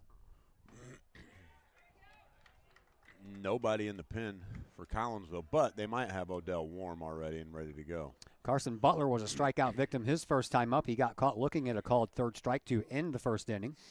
Runner at first, no one out. Limp back to the stretch and throws over to first, and that one gets away from Bobinet. And down over to 2nd is going to be Kepler, and that's going to be an error charge to Limp. Yeah, he tried to do a little quick move without the step and just flicked the ball over there, and Bobinet had no chance of catching that baseball. So they add insult to injury for Limp. He hits the batter and then allows him to get the 2nd on a error. So the Cyclones in business once again. Carson Butler went down to talk things over with their head coach, Nicholas Namovich, in his 6th year as the baseball head coach for the Cyclones. Limp. He's ready to go. And looks like the batter wants to bunt. He does so right past Bovenet, who was in the whole way, but luckily Bovenet didn't touch the ball because it ends up going foul, and that's a big break there for Collinsville. Unbelievable. I don't know that I've ever seen he almost caught that one on the fly. First baseman not only, oh my goodness, overrun a bunt and get beat on this chalk line. So a little bit of a timeout call. How about a little history for you? Springfield Sacred Heart Griffin, they had started as Cathedral High School in Springfield in the 1930s, changed to Griffin Catholic High School for boys in the 1950s, and in 1988, Sacred Heart Academy Girls Catholic School and Griffin Catholic High School for boys merged to create what you have now, Springfield Sacred Heart Griffin High School. They have qualified for state 2 times as Cathedral. Did so in 1945 and 1950, lost in the quarterfinal in both, went back to state 5 times as Griffin High School, won a state championship in 1964 and 1987, and they finished in second place in as Springfield Sacred Heart Griffin in 2014, 4th place just a couple of years ago in 2021. Limp back to the stretch, runner at second to deal with, swing and a miss by the batter, and down on strikes goes Carson Butler. Second baseman. Curveball work there again for Limp. Going to bring up number 11 for the Griffins. Still a runner in scoring position with just 1 out. Thomas Louderback, who was a strikeout victim to lead off the second. Matter of fact, Limp had back-to-back strikeouts of Louderback and the on-deck man, Will Cody. He'd like to do that again to get out of this inning with no further damage being done. 2-0 in favor of the Cyclones. We're in the top of the 4th. Limp from the stretch, pitches inside, ball 1. Limp has not really been in control today. No, he hasn't. There have been times where he seemed to have settled in, but he just hasn't been able to get an extended rhythm or routine. And like I said, I have to go grab my phone so we can see what his pitch count is. I'm sure it's up there. Got to be in the 60s or early 70s. Limp from the stretch again, checks on the runner. This one's outside, so we go from inside to outside. Limp's kind of all over the place there. So adjusting that left arm sleeve. Maybe that was it. Maybe his sleeve slipped down. He's been messing with that sleeve all day. Yeah, that's the same thing as the old you make an error and you look at your glove Yep. type of a thing. Oh, right? yeah. Make sure there's not a hole in it. Yeah, right. There's a strike. First season of baseball, the newly combined Sacred Heart Griffin High School was the 1989 season. They qualified for state again that year, but lost in the quarterfinals. As Limp is ready with the 2-1. It is on the way and stays a little high. 1989 was the first time that Collinsville and Sacred Heart Griffin met on the baseball field, and Collinsville lost both games of a doubleheader that day. 15-5 was the first game, and 10-0 was the second game, so that was all Cyclones in that doubleheader. 3-1 the count, and Limp pitches. That one floats in there for a strike, but Louderback thought he had a walk. I think that ball was just low enough to be called a strike. It certainly was not the same pitch as previous. It was called a ball, so I think the umpire got that one right. So a full count to Louderback. And the runner goes, and the throw in time. He is out at third base. It's a balk. Balk? They called a balk? Yeah. You have to come off the mound in a correct manner. I knew that was going to be a balk the minute that Rice came off the mound. Well, that's unfortunate. Yeah, Bryce just got caught sleeping, and what happens is when you get caught sleeping, everybody starts yelling at you. Yeah. And then you just hop off and you throw the ball. Well, that's not the appropriate way to come off of a mound. Infielders move in for the play at the plate. 3-2 pitch on the way. Strike called on the outside corner once again. Louderback thought he had a walk. Yeah, when you take off running down the first baseline 2 in a row, umpires don't. Yeah, you don't want to show up the umpire. They don't take too kindly to that. No. 6th strikeout of the afternoon for Limp, and he struck out the batter up to the plate now, Will Cody, in the second inning. He'd like to do the same thing again. And he's already out in front in that endeavor with a swing and a miss by Cody, 1-0. Or 0-1, excuse me. Limp trying to get out of this with no further damage done. See if his teammates can get him off the hook here in the next half inning. Another swing and a miss by Cody. Cody looks like Pedro Serrano out there trying to hit that curveball. He needs to get a little statue of Joe Boo and a live chicken. Joe Boo. So Limp 1 strike away from getting out of this inning after the leadoff hit by pitch to Jake Kepler. Kepler's now over at third base. Limp ready to go. And the pitch to Cody on the way. Oh, yes. Woo! Baby. That looked pretty good. I thought so. Mr. Jordan behind the plate thought it was either up or out or both. And he has a better view of it than we do. Sure does. Well, we'll try it again. Limp still in control. 1 ball, 2 strikes. 2 outs. Here's the pitch. Swinging a foul ball out of play, so Cody did finally get a piece of 1. That almost went in the disc golf bucket, Todd. Yeah. They should win a prize if they do that. They get a point. No runs. 1 ball, 2 strikes to count to Will Cody. Runner at third, 2 away. Limp, the lefty, from the stretch to the belt. And here comes the pitch. Swinging another foul ball to the same area. There's a lot of cars parked over there. I think that one got a windshield. Did it? It sure sounded like it.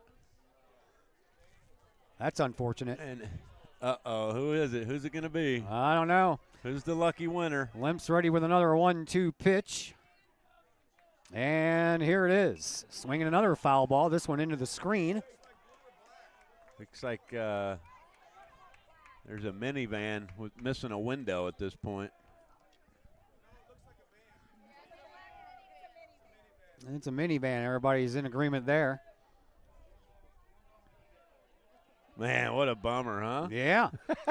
Come to the ballpark and take a foul ball to the windshield. That's why I parked behind the restrooms. I parked across the street. Yeah, behind the restrooms, under the roof. Yeah, I'm not messing around with it. Nope.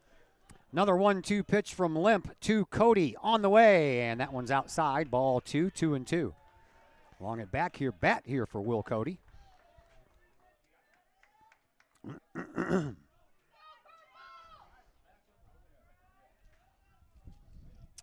2-2, 2 outs, runner at third. Limp trying to take care of Will Cody to get out of this inning with no further damage done. Limp ready with the 2-2, and that one's also in the dirt.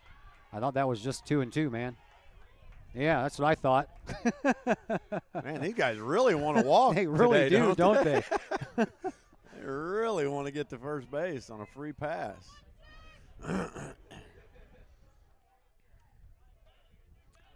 I said it was a long at bat by Cody, and he apparently lost count of it, but there's a big old scoreboard right down the first baseline that had the proper count on it. Now, you wouldn't do this, but you technically could call him out. Yeah. For leaving the batter's box and the field of play. But all right, so a full count. Limp's got some work to do. In baseball, we wouldn't do that. No. Needs to come back and get this guy out. Limp, big old deep breath. Looks in. And the pitch. Swinging a bouncing ball to the shortstop Martinez and over to first base in time for the out. So they get out of it on a 6-3 ground out to end the inning. And another runner stranded on base for the Cyclones, and that is their second stranded runner of the day. But the Cyclones lead by a score of 2-0, and we head now to the bottom half of the fourth inning. We'll be back to tell you all about it in just a moment here on the Kahok Sports Network. Looking for good food, good times, and good people? Look no further than the Bridge Inn in Caseyville. Just over the bridge from the Kahok Stadium, Bridge Inn features a friendly and courteous staff that serves up the coldest drinks and the best food in the Metro East. Lunch and dinner is available daily with a breakfast menu every Saturdays and Sunday morning. And don't forget about fantastic fish fry Fridays. Bridge Inn also features pool tournaments on most weekends and a gaming area for the over 21 crowd. Bridge Inn in Caseyville. Check them out at 519 North Main Street in Caseyville. Call for carryout orders at 618-344-3530. The best is yet to come at the Bridge Inn in Caseyville. 618-344-3530. First National Bank of Waterloo, with over 100 years serving the Metro East. Visit First National Bank of Waterloo at their Maryville or Collinsville locations for all of your banking, mortgage, and lending needs. Why? Super low closing costs, low construction loan rates, and they do so much to support our local communities. When you need a loan, call the Collinsville team at First National Bank of Waterloo at 618-345-1121 or visit their Maryville or Collinsville locations or online at fnbwaterloo.bank. First National Bank of Waterloo, member FDIC, and equal housing lender. Chris Alcorn leads things off here for Collinsville in the home half of the fourth inning. And Luttrell pitches. Alcorn hits one, out to Kepler out in right field, and Kepler is there for the out. One pitch and one out. That'll bring up Ethan Bagwell, the designated hitter who was a strikeout victim his first time up.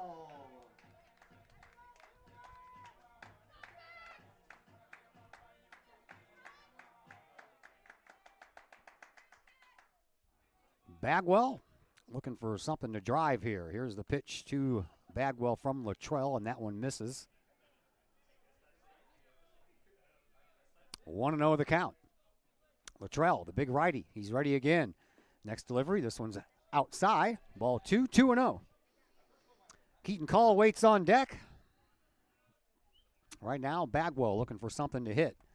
Swinging a high fly ball, that's a foul and out of play, and that one hits the tree and comes back in. And a nice play down in the bullpen there by whoever is down there warming up. Looks like it, might be. Luttrell pops up Bagwell. This one's in foul territory and headed over the stands here. That one did not go far enough to hit some of the parked vehicles back here behind the bleachers. 2-2 the count to Bagwell. Luttrell's next pitch up high, full count.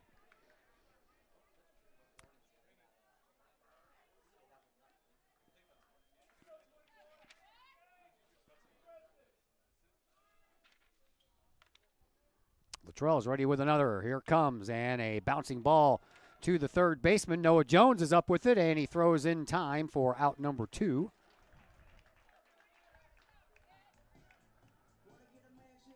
And it's up to Keaton Call to see if Collinsville can get anything going on here in the home half of the fourth.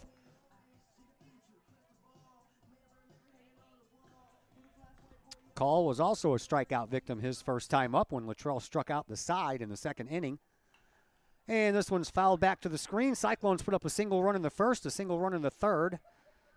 And that gives them their 2-0 lead. And they've scored 2 runs on just one base hit so far here this afternoon. Next pitch is outside to Keaton Call, the right fielder for Collinsville.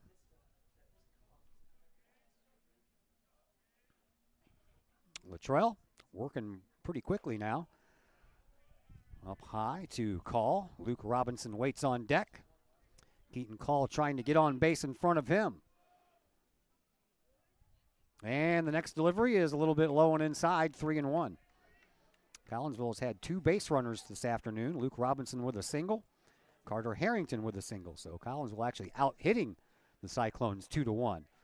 Swing and a chop foul at home plate.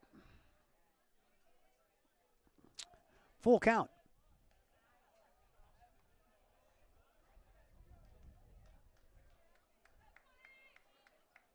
Luttrell wants a new baseball.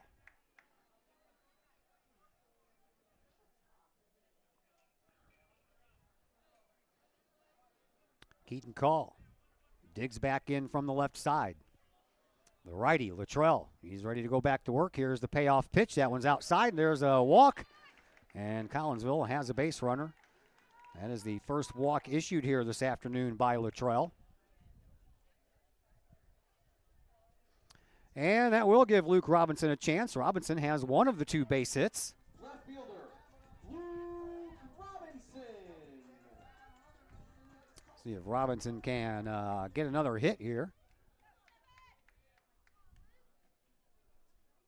So now a runner at first base, 2 away.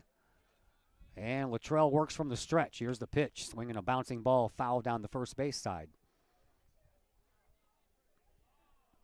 Told you these 2 teams met for the first time in 1989 in a doubleheader. The teams would play 18 doubleheaders over the next 30-plus years. Collinsville's first win over the Cyclones came in the first game of a doubleheader in 1992 by a score of 16-14. This one's outside.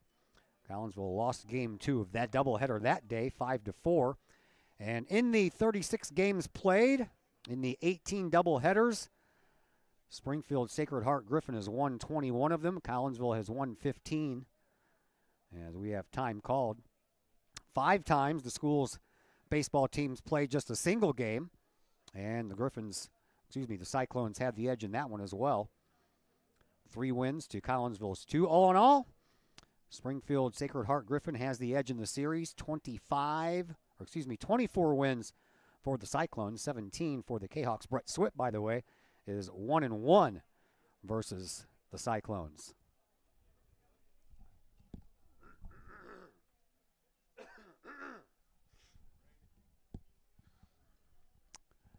Give Luttrell a couple of warm-up pitches, making sure he's okay. Runner at first, 2 outs. We're in the bottom of the 4th, 2-0 in favor of the Cyclones. 1-1 the count to Luke Robinson with Keaton Call waiting on deck. Call does not have a stolen base yet this year, and not running this time as that pitch goes low and outside, 2-1.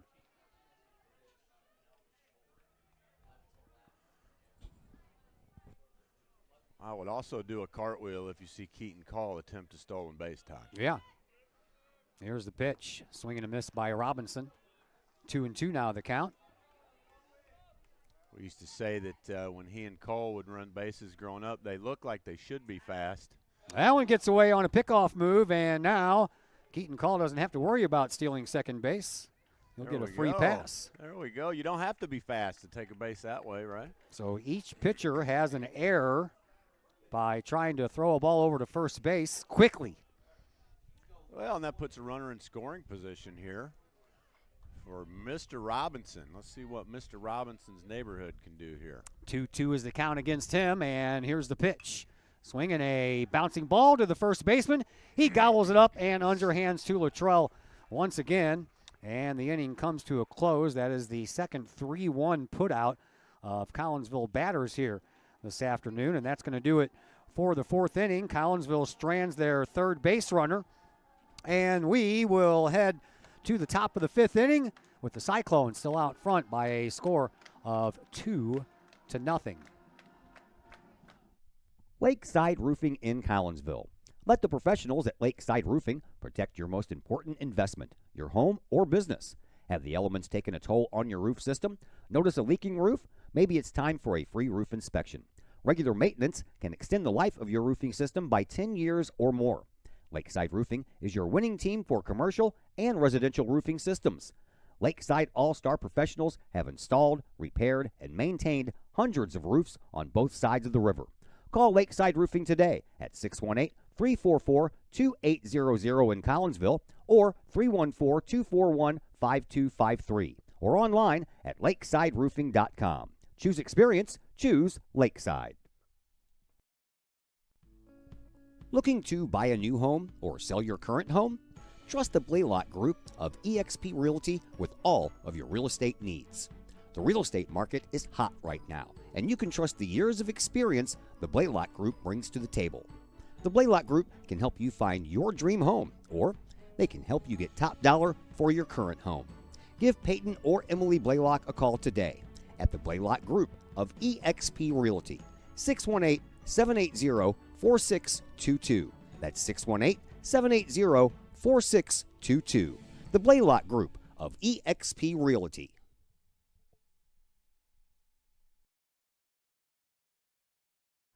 Todd Duke, Dr. Chris McCluskey back with you from Fletcher Field here at Woodland Park in Collinsville. Over at Busch Stadium, Ivan Herrera singled in the bottom of the 5th. Brendan Donovan scored earlier. Jordan Walken scored on a pickoff error. We've had a couple of pickoff errors in this game as well, but right now the Cardinals lead the Marlins at Busch Stadium by a score of 3-0. We have. I went all the way out to the car to get my phone to check on stats, and they're not on Game Changer, so sorry, folks. But I did get to witness a hole in a windshield out there. Noah Jones leads things off here, the number 8 hitter for the Cyclones, lined out to the third baseman, Carter Harrington, back in the second inning to end that inning, and it was a hard line drive, too. I mean, it was a rocket shot. Ooh, that doesn't look good. Dead center, baby. Man, you ain't kidding. Right above the rearview mirror. One of our freshmen. Popped up. This one's in foul territory. Adam Bovenette wants it just off of the first base bag, and he takes it for out number 1. One of our freshmen's mother's minivan was the unfortunate recipient of a foul ball right through the windshield. And Drew Ward comes up to the plate. Drew walked and scored in that 1-run third inning. Ty Springer back to the top of the lineup. Waits in the on-deck circle. Limp back to work, and that one almost hit the batter. Yeah, Limp came up just a little short. The mound to the pit to home plate is 60 feet, and that one made it about 45. Yeah, that one stays a little high, 2-0. Teams met last year. Collinsville won that game last year, 2-1. Both teams only had 3 hits in that game. This one's high and outside, 3-0. Adam Bovenette, Carter Harrington, Darren Pennell had the 3 hits. Bagwell had an RBI sac fly. Harrington had the other RBI in that game. Bryce Limp pitched 6 innings, gave up 1 run, and had 1 strikeout. Or he pitched the 6th inning in that game. Didn't start. That one's in there for a strike. Carter Harrington picked up the save. He pitched the 7th inning of that contest, gave up no hits, and had 1 strikeout as well. Here's the 3-1, and that one stays high, and it's a walk to Drew Ward. So back to the top of the order we go. That's the 4th walk issued this afternoon by Bryce Limp. And that'll bring up Ty Springer, who received 1 of those walks and 1 of 6 strikeouts on the afternoon for Mr. Limp. Sophomore Logan Odell up in the pen, and Limp, after he gave up that walk, was looking back to the dugout thinking this might be it. Probably give him 1 more base runner would be my guess. And a throw over to first base. Back in time is Drew Ward.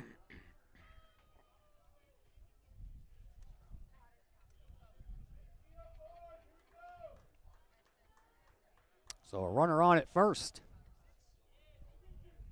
1 out. Limp from the stretch. Throws over to first again.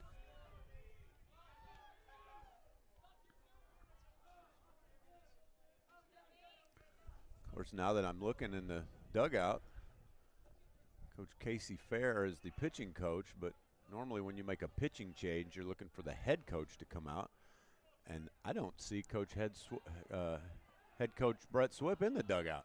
That one gets away as Carey threw down to Bovenette at first, but not far enough for Ward to advance.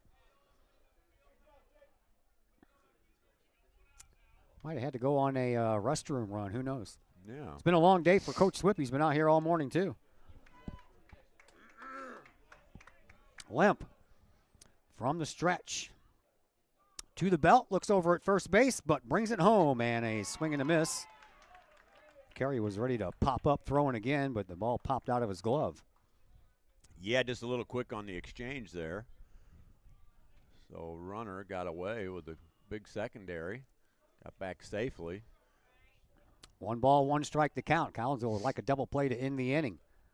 Limp will throw over to first again.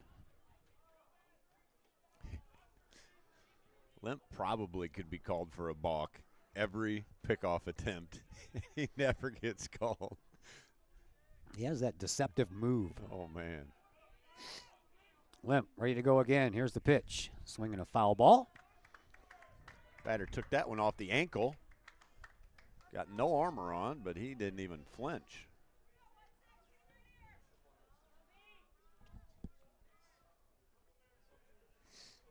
People don't realize how tough baseball players have to be at this level. You know, you've got a giant rock traveling around anywhere from 70 to 100 miles an hour, depending on who's hitting or throwing. A little snap throw over to first base. This one made it into the glove of Bobinet. Speaking of that, we'll send some love and prayers and speedy recovery wishes to our freshman Preston Widower. Took a foul ball off of the face. Swing and a miss. Runner goes. The throw is offline, and Drew Ward will be in there standing up for a stolen base. Down on strikes goes Springer for out number 2. And strikeout number 7 on the day for Bryce Limp. That'll bring up Will Lance, the first baseman, who reached on the walk in the first inning and came around to score that 1-run first inning. And in his other at-bat, he flew out to Keaton Call out in right field. Back to Widower, took a ball off the face, broke his orbit bone and maxilla, so he'll be out for the rest of the season. So that doesn't even sound pleasant. Oh, if everybody out there in Kahok Nation can send him some well wishes, that would be appreciated. Here's the pitch, and in the dirt, gets away, and Carey picks it up, throws down, not in time. And another wild pitch. That's the third wild pitch uncorked today by Limp. He's also hit a batter. And now a runner at third base, and 2 away. Well, big battle here between the batter and the pitcher. Sacred Heart Griffin would love nothing more than an insurance run here. Bryce Limp would love nothing more than get out of this inning without giving up another run. He's been flirting with the disaster all day. The 1-0 pitch to Lance is on the way. And that one gets away, and that's going to score a run. Back-to-back wild pitches. Sent Ward down to third, and then another one brought him home. Yeah, that ball bounced off the front of the plate. So the Cyclones, not the bases loaded. Cyclones have scored 3 runs here this afternoon on 1 base hit. My goodness. I don't think I would want to, depending on how this game ends up, I don't think I would want to be in that post-game meeting. No. Swing and a miss, and a 1-ball, 2-strike count to Will Lance.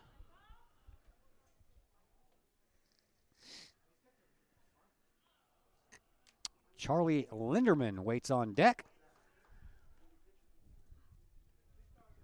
And Limp trying to get out of this inning. The 1-2 pitch. Foul ball. Count stays 1-2.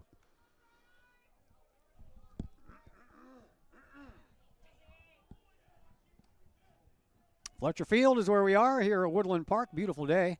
Not a cloud in the sky. Could be about 10 degrees warmer for my liking, though. Here's the 1-2 pitch. Up high, 2-2.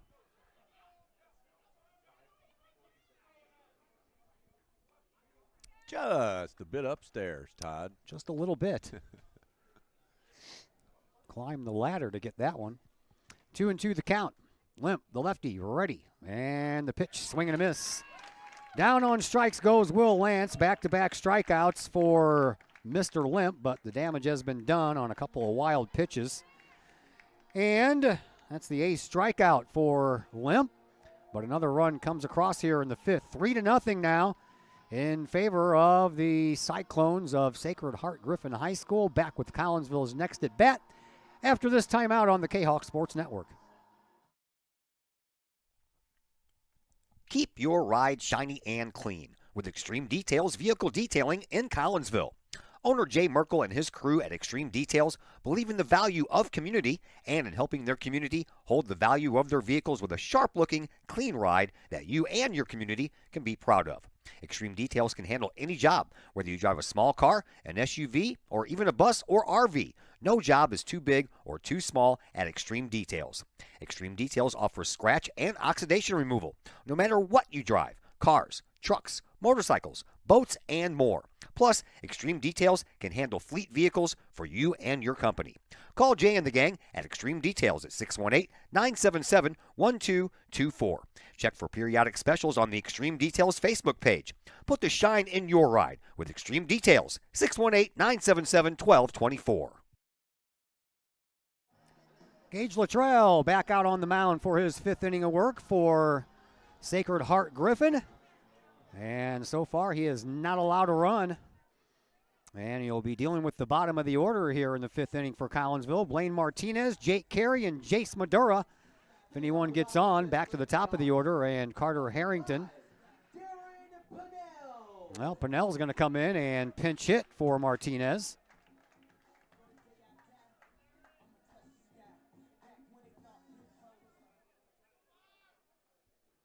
And Darren Pinnell on the year, batting .308 with 4 runs batted in as a triple this year.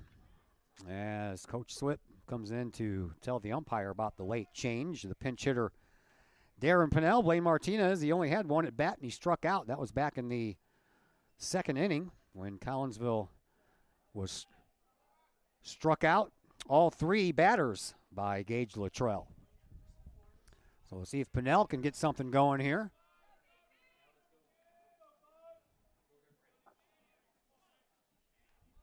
And the first pitch to Pinnell is inside for a ball.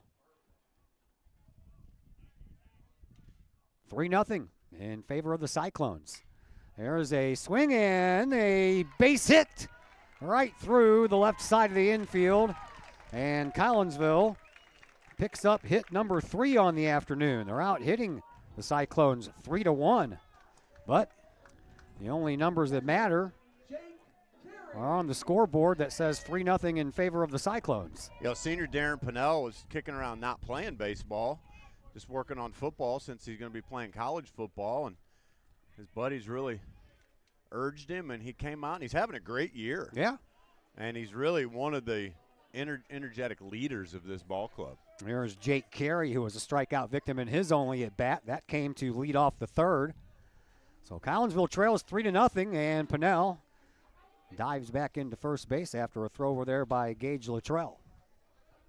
So I would imagine we'll have a double switch in the next half inning, and you'll see Limp not pitching anymore, and Pinnell will come in and play shortstop. Yes, sir. Swing and a miss by Carey. Jace Madura waiting on deck. We've got the Strikeout Cancer Girls up in the booth here, Todd. Woo! They're going to be doing a drawing for the raffle. Keaton Call's little sister Carly pulled my name out last year, so we're going to have her do it again. What do you say? Okay. We'll see if that happens. Swinging a foul ball out of play behind the press box. We got a Collinsville Kahok bag set made by Chad Harrington. I was pretty pumped about it. Yeah, nice. Excuse me. Luttrell works from the stretch. Pinnell over at first base has his lead. I'm leaning out the window here trying to get the last bit of this sunshine, and Pinnell goes. Strikeout, and Pinnell will go down to second base. Man, Jake Carey didn't realize he could take first base. After the strikeout, the ball was in the dirt. He just stayed in the box. It was an easy out for the catcher, so he didn't even have to throw down to first base. Nope. So 1 out, and here's Jace Madura, who grounded out to the pitcher Luttrell in his only plate appearance thus far. Luttrell pitches. Madura takes for a strike. First pitch curveball, great pitch. I probably wouldn't pull the trigger on that either. So we'll see what Luttrell comes back with here. He's got Madura down 0-1 with 1 out left here at the bottom of the 5th. 3-0 in favor of the Cyclones. Here comes the pitch. This one's high and inside. That'll even the count at 1-1. Luttrell went with the fastball. Look for him to come back with the curveball here again to try to get ahead on Jace Madura. Luttrell from the stretch checks on Pinnell at second and throws one in the dirt. 2-1. Pinnell's on at second base. Need more base runners, though. Collinsville trails by 3. And the pitch. Swing and a fly ball out to Kepler, and he can't get there. He does get there eventually, but that's a nice catch. Yeah, no, he made the catch. Yeah, he did. Did he? Diving catch. Yeah, he made the catch. And Darren Pinnell tagged up. Okay. Yeah, he caught the ball. I think Coach Swip's looking in the dugout and said, did he catch it? Because he had his eyes on the base runner. So it was a nice catch. I mean, he made it almost all the way to the foul pole or foul line, I should say, to haul that ball in. Man, that's a big catch. Yeah, it is. You know, you go from now 2 outs and a runner on third to what would have been runners at the corners with 1 out. So big-time defensive play out of the Sacred Heart Griffin right fielder. Jake Kepler has been kind of busy out there in right field, and normally you don't get a lot of action out there in right field. Well, we talked early in the game here about how this ball's hard to pick up out of this pitcher's three-quarter delivery. And what ends up happening is you take away the whole left side of the field from your batters. And that really limits offensive performance or production, as you've seen here for the Kahawks today. Sure has. Carter Harrington will come to the plate. Harrington has one of the 3 hits on the afternoon for Collinsville. He flew out to Kepler in the bottom half of the first, singled and stole a base, but was stranded down at second in the bottom of the third. First pitch misses. Pinnell, 90 feet away from home plate. Collinsville looking to get that first run across and then take it from there. Luttrell from the stretch, he pitches, and that one is a little high. Cyclones have action down in their bullpen for the first time this afternoon. I believe that is Max Powers, the senior, who's warming up in the bullpen. That one's in the dirt. Nice stop by the catcher, Carson Butler. Yeah, I was just getting ready to say I could dial up a wild pitch here and not be mad about it. Nope. Cyclones have a run scored on a wild pitch by Limp. That one misses, and it's a 4-pitch walk to Carter Harrington. So now Collinsville has runners on the corners. Yeah, and we've got the meat of our lineup up. So often, you know, we really need to have a big 2-out rally here and put some runs on the board. How about a 3-run home run from Bovinette? California Street, baby. Yep. Runners on first and third, 2 outs. Collinsville trails by 3. Getting kind of late. Bovinette takes the time to look down to Coach Swip at third base for the signs.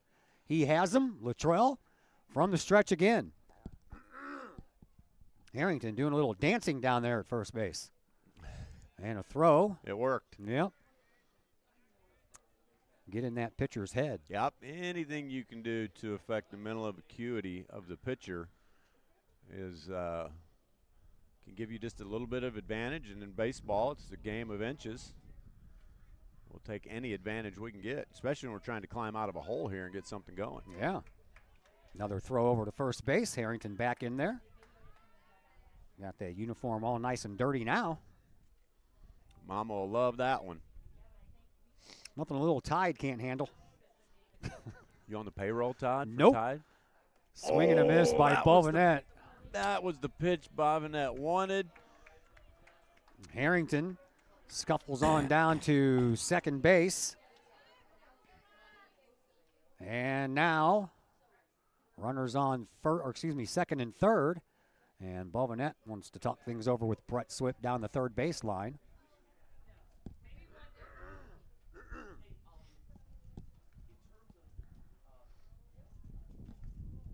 Long conversation there.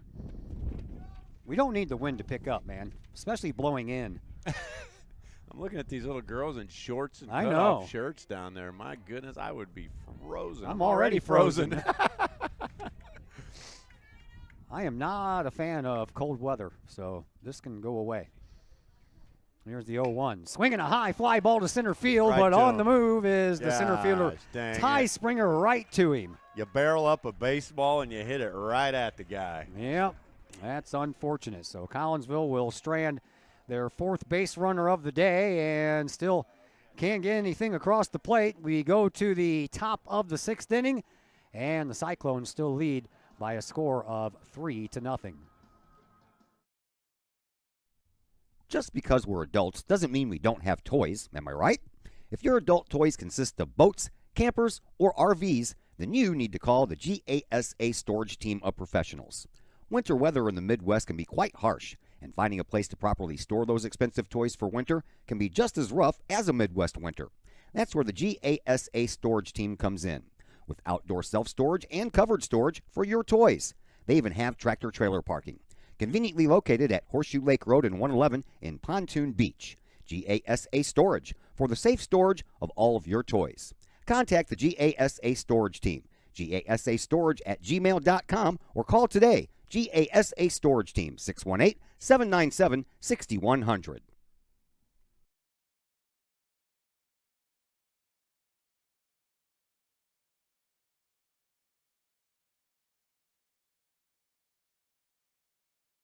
Back here at Fletcher Field in Woodland Park. And we have made it to the top of the 6th inning. 3-0 in favor of the Cyclones of Sacred Heart Griffin High School.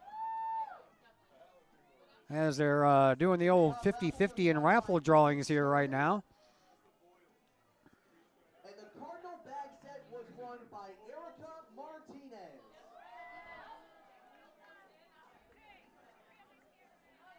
Somebody gets excited about the bag. Congratulations to all the raffle winners. And we have a new pitcher. That'd be Logan Odell. That's number 59, Luke Odell. Logan Odell in the pitch, and Darren Pinnell in at shortstop, taking the place of Blaine Martinez. And Odell, the first man he'll face is Charlie Linderman, and he floats one in there for a strike. Odell on the year. This is his 5th appearance. He has 1 start under his belt. He's 0-2 with an 11.81 earned run average. And Odell has 7 walks and 7 strikeouts on the year, and a 1-1 count against Charlie Linderman. Linderman has the only single of this game for Springfield Sacred Heart Griffin. That came in the 1st inning. He made it all the way to third base and was stranded. And Linderman, a strikeout victim back in the 3rd against Bryce Limp. Swing and a shot right into the glove of Jace Madura. And there's 1 away. Seems like Jace Madura has a knack for being in the right place at the right time. I mean, there he's playing almost up the middle. A while ago I said he was shaded over to the first base side, and it seems like he's always right where he needs to be. Jake Kepler will now step to the plate. Kepler had the RBI ground out in the 1st to plate that first run of the inning. First run of the game. And right now that run stands up to be the game winner unless Collinsville can do something about it in their final 2 at-bats. Well, I believe we will have Chris Alcorn up to bat next inning, followed by Bagwell. So a little bit of the meat of our lineup. Maybe we can get something going. Odell pitches, swing and a miss. 1 base hit in the game for the Cyclones. And as I mentioned, that was the last guy up to the plate, Charlie Linderman. And that's been it. Collinsville out hitting the Cyclones, but the Cyclones have the numbers where it counts on the scoreboard. 3-0. That's the score. As that pitch misses high and outside. Do you have the number of walks issued by Collinsville? Yes, I do. Unfortunately, a couple. 4 by Limp, plus 4 wild pitches, a hit batter as well. Yeah, that's the answer to your scoreboard, unfortunately. Yeah. Jake Kepler, been busy out there in right field. And Odell ready with the 1-ball, 2-strike pitch. And a ground ball to third baseman Carter Harrington, and up, over, and out. Although Bovenet had to make the tag as the throw took him a little bit off the bag. Yeah, it was hard for me to tell if it pulled him off the bag or if he just came off the bag on his own and elected to go for the tag. But at any rate, he went ahead and made the play and got the out. So Logan Odell looking good here with 2 outs in the top of the 6th inning. Carson Butler has struck out twice here this afternoon. Odell pitches to him. A little bit low. 4 former Sacred Heart Griffin Cyclone baseball players that graduated went on to play in Major League Baseball. Did you know that? Wow, that's impressive. Yeah. Odell already with the next. This one's outside. Jeff Facero, drafted by the St. Louis Cardinals in 1984. Pitched for the Montreal Expos in 1991. Came back to St. Louis in 2003 and won 1 game with the Cardinals as one of those 4. 2-0 pitch on the way. Swinging a high fly ball, and Chris Alcorn has got to come in a few steps, and he makes the catch for out number 3. That is the second 1-2-3 inning by the Kahok defense here. this afternoon. So nothing doing in the 6th inning for the Cyclones. Let's see if the 6th inning can pay dividends here for the Collinsville Kahawks as they come to the plate in the home half of the 6th. And we'll be back in just a moment to tell you all about it coming up next on the Kahawk Sports Network. Your home is where you feel happy, safe, and secure. So if you see signs of foundation problems like cracks or uneven floors, worrying is natural, and getting it fixed is crucial. Woods Basement Systems understands. We've been solving foundation worries since 1986. Woods experts have the training and equipment to make permanent repairs. So stop worrying, because with Woods, it's fixed forever. Foundation problems don't get better with time, they get better with Woods, the all things basement-y experts. Call or go to woodsbasementsystems.com today. Collinsville High School alumni Stacy Lauenstein, CHS class of 91, Lisa Bassetto, Sarah Sulke, and Tracy Limp, CHS class of 94, Tony Geisen, CHS class of 96, and Kevin Robinson, CHS class of 99, want to wish all of our Kahawks a great year. We look forward to cheering you on and supporting you. Work hard on the court and the field, as well as in the classroom. Remember, once a Kahawk, always a Kahawk. Hashtag Kahawk Family.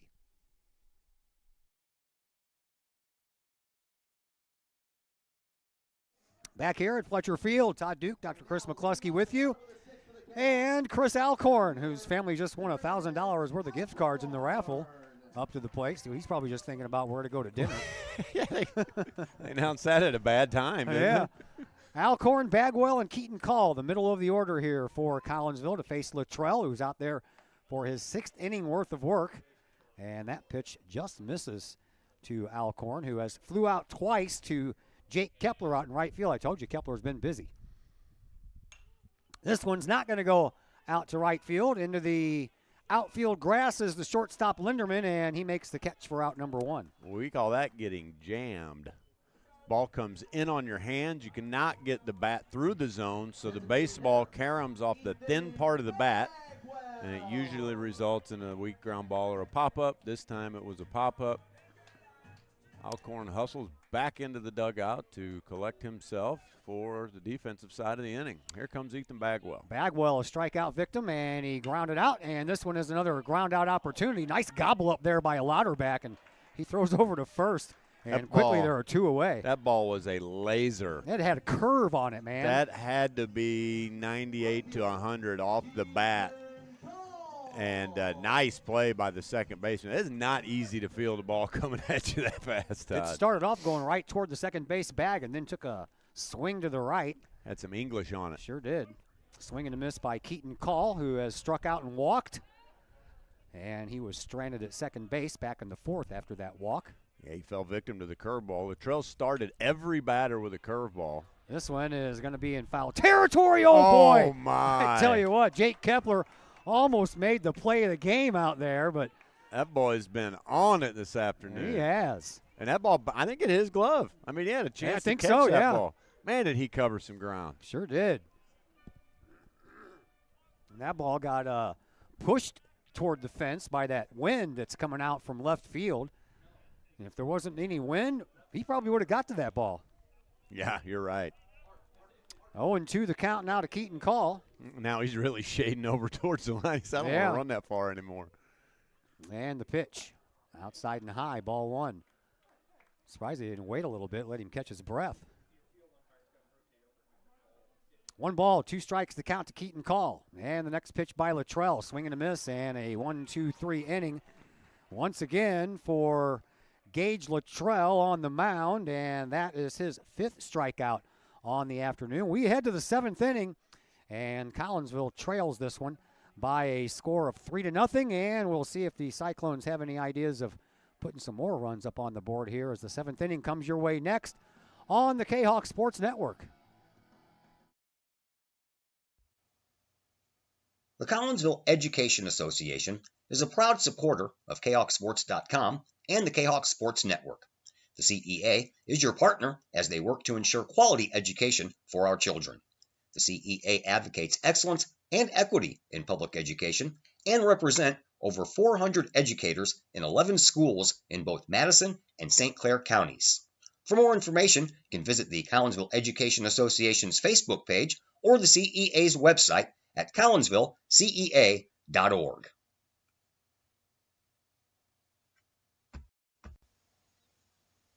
Pack Mail of Collinsville, locally owned and operated by Ryan Combs. Pack Mail can ship anything, anywhere. They treat you like a neighbor because, well, you are a neighbor. Pack Mail offers shipping materials and containers, private mailboxes, as well as climate-controlled self-storage. Visit Pack Mail at 407 Beltline Road in Collinsville. Online, WeShipStLouis.com or call Pack Mail at 346-4884.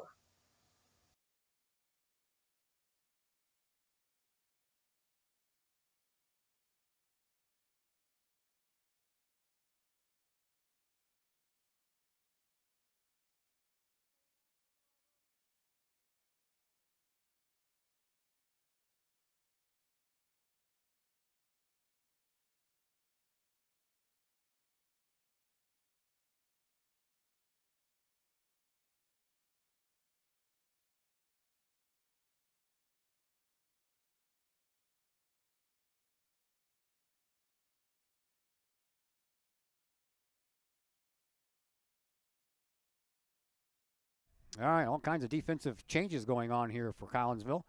Blaine Martinez on the mound. He pitches and does so to Thomas Louderback. Louderback has struck out twice here in this game. Amari Berry comes in to play right field. Bobinet moves over from first to third. Keaton Call comes in from right field to play first base. And Amari Berry, as I mentioned, out in right field. And Carter Harrington moves over to shortstop. 2-1 pitch on the way, swinging a pop fly, and Amari Berry is going to be tested right away. He's got that wind to deal with, and the ball pops out, and all the way back to the warning track it goes. And on with a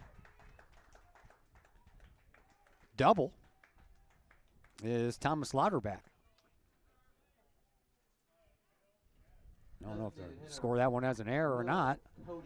Is that Amari Berry? Amari Berry, yeah, he had a beat on the ball, and then that wind kept on pushing it closer to the foul line. Did the ball hit his glove? I think so. Then it's an error. Hard to tell from this far away. Unfortunately. And I'm just shivering up here now. That's your general rule. There is a pitch in there for a strike to Will Cody, a strikeout victim, and he also grounded out to the shortstop, Blaine Martinez, back in the fourth. It's literally 10 degrees cooler in the press box. I know. And this wind doesn't help. I thought I was going to be fine with just my little pink out hoodie I got going on here. I should have brought a coat.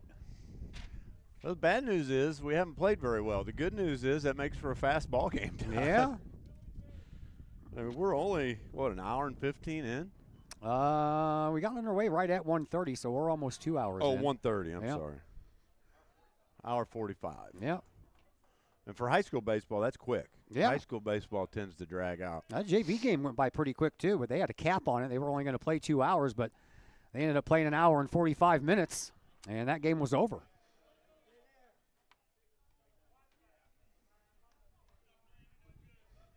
Three to nothing in favor of the Cyclones. They got their 3 runs off of 1 base hit. Too many walks. Amazing. 3 runs on 1 hit. You don't hear that very often. No, you do not. Each team's committed 1 error. Both of those were by the pitchers, and those errors have not come across to hurt anyone. Foul ball back to the screen. Plugged in over there, babe. Daughter wants money. She wants me to charge her cell phone. What else can I do for you, Camden? I know. Need a massage, back scratch. 1 ball, 2 strikes to count to Will Cody. Runner on at second base. And a slow roller foul down the first base side.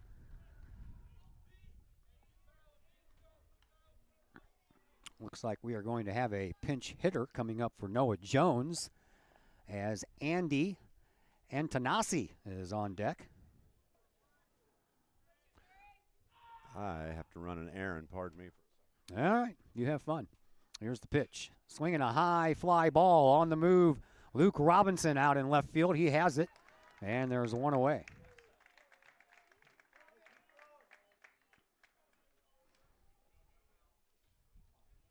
So 1 out, runner at second base for Antonassi. Antonassi comes to the plate for the first time. He is a junior, listed as an outfielder and a pitcher on the Griffins roster.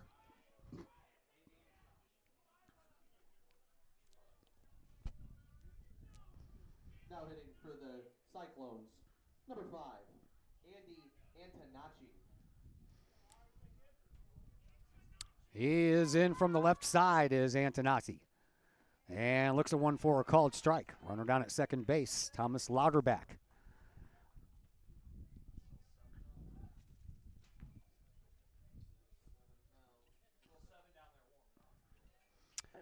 And the next pitch, he went after it, so 0-2. Blaine Martinez on the mound. Limp started. Logan Odell pitched the 6th. And now we're in the 7th.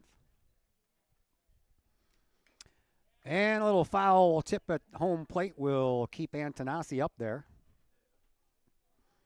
Noah Jones, while he was in, went 0 for 2 with a line out to third and a foul pop-up handled by Balvanette at first. And the pitch. Swing and a hot run to the shortstop. Harrington over to first base for out number 2. So that'll bring up Drew Ward, the left fielder. Ward has scored 2 of the 3 runs here today, and he did so both times after receiving walks. He walked and scored in the 3rd, walked and scored in the 5th.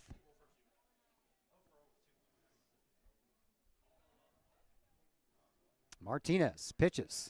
That's in there for a called strike.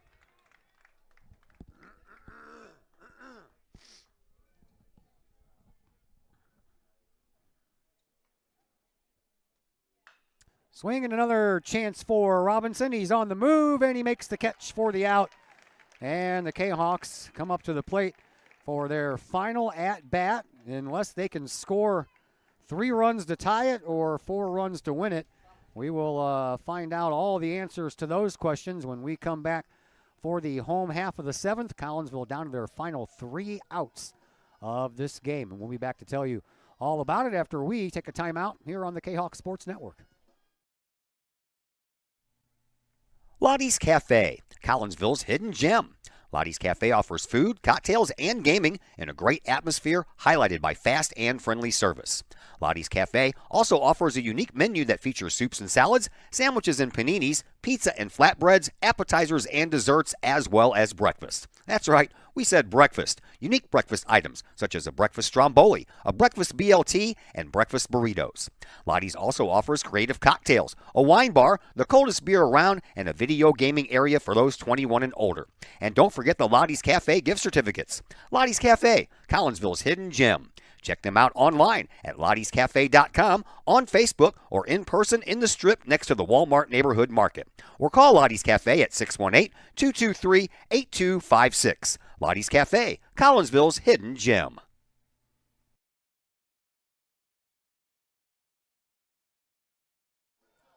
Collinsville has the 6, 7, and 8 hitters coming up here in the bottom half of the 7th inning, and that gets started with Luke Robinson. Robinson has one of the 3 base hits this afternoon for Collinsville. He singled in the 2nd and was stranded, and his only other at bat, he grounded out to the first baseman, Will Lance. A lot of great rallies start towards the bottom of the lineup, right? That's right. You find a way to get a couple guys on base. Now all of a sudden you got runners in scoring position with the top of your lineup up to bat, and you go on a run. So let's hope the Collinsville Kahawks can pull that off here. This will be their last chance. This sure will be. Carson Perrell waits on deck. Well, right now it's up to Luke Robinson. Told you about Jeff Facero being one of the graduates that played Major League Baseball. Ryan O'Malley pitched for the Chicago Cubs in 2006. He was another one that graduated and went on to the MLB. Oh, really? Joe Soslarski pitched 10 years in Major League Baseball. And a line out right off of the bat for Luke Robinson. That's unfortunate. Another baseball right at a Sacred Heart Griffin. I mean, Luke found a barrel. It was just dead money right at the first baseman. Didn't even have to move. Joe Slazlarski pitched 10 years in Major League Baseball for the A's, the Brewers, the Astros, and the Braves. And Dick Schofield, shortstop, played 14 years in Major League Baseball for the Angels, Mets, Blue Jays, and Dodgers. Here is Carson Perrell. Perrell on the year, batting .250 with a couple of runs batted in, and off the third baseman's glove, pops over his head, and there's your base runner. Got to have a couple more of those. There we go. And I like Ben Tillman coming to the plate. This freshman plays like a dog, Todd. Yeah. He has impressed me so much this year. You know, coming into this season, we knew we would have one of the best pitching staffs in the area, but we didn't have a catcher. Yeah. You know, and that was the big question. And this freshman has quickly risen to, by far, our number one catcher. Tillman comes in and swings at the first pitch and misses. Tillman batting .333 on the year with 1 run batted in so far. He has a runner at first base. Collinsville trying to climb back into this one as Luttrell is back out there for inning number 7, trying to go for the complete game win. Can't say enough about Tillman. You know, playing varsity as a freshman is enough to ask, but then you say, okay, here, catch Ethan Bagwell. Yeah, here's the 1-1 that goes behind Tillman. You know, nice stop there by Carson Butler. Yeah. 97-mile-an-hour fastball, 88-mile-an-hour slider, and good luck, young man. Put a sponge and on he's the handled put it. a sponge Yeah, on the hand. I'm telling you. Sponge on the hand and the glove. I just can't say enough about how impressed I am with this young man. Max Powers warms up again down in the Cyclones bullpen. In case Luttrell runs into trouble, and there's a swing and a tattooed ball right to the center fielder Ty Springer for out number 2. Another one. Ball's hit on the money. Tillman barrels up a baseball. Center fielder takes 2 steps and catches it. So Collinsville down to their final at bat maybe, and here's Jace Madura, 0 for 2 on the afternoon with a ground out and a fly out. Our pregame guest, Jace Madura. I got to listen to Cole's interview the other day. Thanks for doing that. Look at this. That's a little bloop hit. No, it's going to be caught by the shortstop, Charlie Linderman, who comes out of nowhere and takes care of out number 3, and that is going to do it. Collinsville gets shut out here this afternoon by a final score of 3-0, despite the Kahawks out hitting the Cyclones 3-1. And Dr. McCluskey, that's just the way it goes sometimes. That's it. You know, nothing went right for the Kahawks. We had a little trouble on the pitcher's mound, and every ball that we did barrel up went right to a Cyclone. Yeah. And that's just baseball, man. That's part of the deal. You know what the most important word in the game of baseball is, right? What's that? Next. Next up. Next. And for Collinsville, next up for them will be the Southwestern Conference opener Tuesday at Belleville West. Next up for the Cyclones, they will travel back up here and take on Edwardsville on Wednesday. That should be a good game. Yeah, that would be a good game. Yeah. All right, sir. Thank you very much. Appreciate you. That is Dr. Chris McCluskey, and we have now reached the post-game portion of our program here this afternoon, brought to you by LC's Pub in Caseyville. Great food, great drinks, and great service served up daily at LC's Pub in Caseyville. You can check them out in person at 605 North Main Street in Caseyville. Call in for carryout orders at LC's Pub, 618-855-9007. Post-game show, that's what we have coming up to you next on the Kahawk Sports Network. Looking for a little bite to eat in a nice, friendly establishment before heading out to a game? Look no further than LC's Pub in Caseyville. Just blocks from Collinsville High School, LC's Pub is the pub of choice for Kahawk fans, before, after, or even during Kahawk games. LC's Pub features a wide variety of traditional bar food like burgers and fries, chicken wings and chicken strips, appetizers like pepper jack mac and cheese bites, fried pickles, and green beans. Plus they have salads, fish, shrimp, and more. LC's Pub also features an outdoor patio, a gaming room, weekly poker tournaments, and a pool table, plus enough TVs for all the sports fans. And LC's Pub shows Kahawk games live as well as Blues and Cardinals games. LC's Pub, 605 North Main Street in Caseyville, right across the intersection from All Pro Tees. Call for carryout orders at 618-855-9007 and on Facebook at LC's Pub. LC's Pub, Kahawk fans' pub of choice. Do you have a big land improvement project that requires some outside help? Call Petroff Trucking Company. The Petroff Companies have been shaping the metro area since 1975. Family owned and operated, Petroff Trucking Company can do the job and do it right. Hauling, excavating, and grading, they do that and more. Petroff Companies also has roll-off dumpster rentals. They also specialize in dirt and rock sales. Petroff Trucking Company can help you develop your land for your needs. Petroff Trucking Company. Check out their website, petrofftrucking.com, or give them a call, 618-797-6100. Petroff Trucking Company, shaping the metro area since 1975. The Junior Service Club of Collinsville has been a proud supporter of KahokSports.com and the Kahok Sports Network from day one. Since 1934, the Junior Service Club of Collinsville has been providing women in the community an opportunity to make a difference with fundraisers and projects, all that go towards helping the needy in Collinsville. If you would like any information on any event sponsored by the Collinsville Junior Service Club, head to Facebook, type in Collinsville Junior Service Club, and then click on the Event tab. We thank the Collinsville Junior Service Club for their continued support of the Kahok Sports Network and KahokSports.com. Hi, Purple and White fans. This is Dan Mode, class of 1989. I'm with New American Funding. Myself and New American Funding are proud sponsors of Kahok Athletics. As we have great coaches at CHS on all the courts, fields, and tracks, we like to coach you through the home buying process and refinance process. If there's ever anything we can do, I can be reached at 618-973-5343 or www.danmodeloans.com. Let's support our student athletes at CHS. They deserve the best. Thank you for your time, and go Kahawks.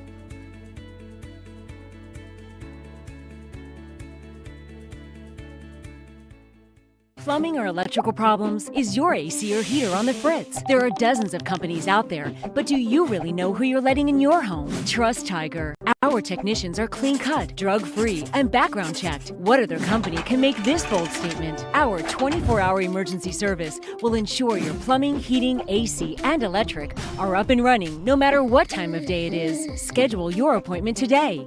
Tiger Plumbing, Heating, Air Conditioning, and Electrical Services. We earn our stripes every day. Looking for a little bite to eat in a nice, friendly establishment before heading out to a game? Look no further than LC's Pub in Caseyville. Just blocks from Collinsville High School, LC's Pub is the pub of choice for Kahawk fans, before, after, or even during Kahawk games. LC's Pub features a wide variety of traditional bar food, like burgers and fries, chicken wings and chicken strips, appetizers like pepper jack mac and cheese bites, fried pickles, and green beans. Plus they have salads, fish, shrimp, and more. LC's Pub also features an outdoor patio, a gaming room, weekly poker tournaments, and a pool table, plus enough TVs for all the sports fans. And LC's Pub shows Kahawk games live, as well as Blues and Cardinals games. LC's Pub, 605 North Main Street in Caseyville, right across the intersection from All Pro Tees. Call for carry-out orders at 618-855-9007 and on Facebook at LC's Pub. LC's Pub, Kahawk fans' pub of choice. And we welcome you back into the LC's Pub post-game show here on the Kahawk Sports Network. Collinsville drops their second game in a row after yesterday's loss to Triad. This time it's by a 3-0 count against the Sacred Heart Griffin Cyclones.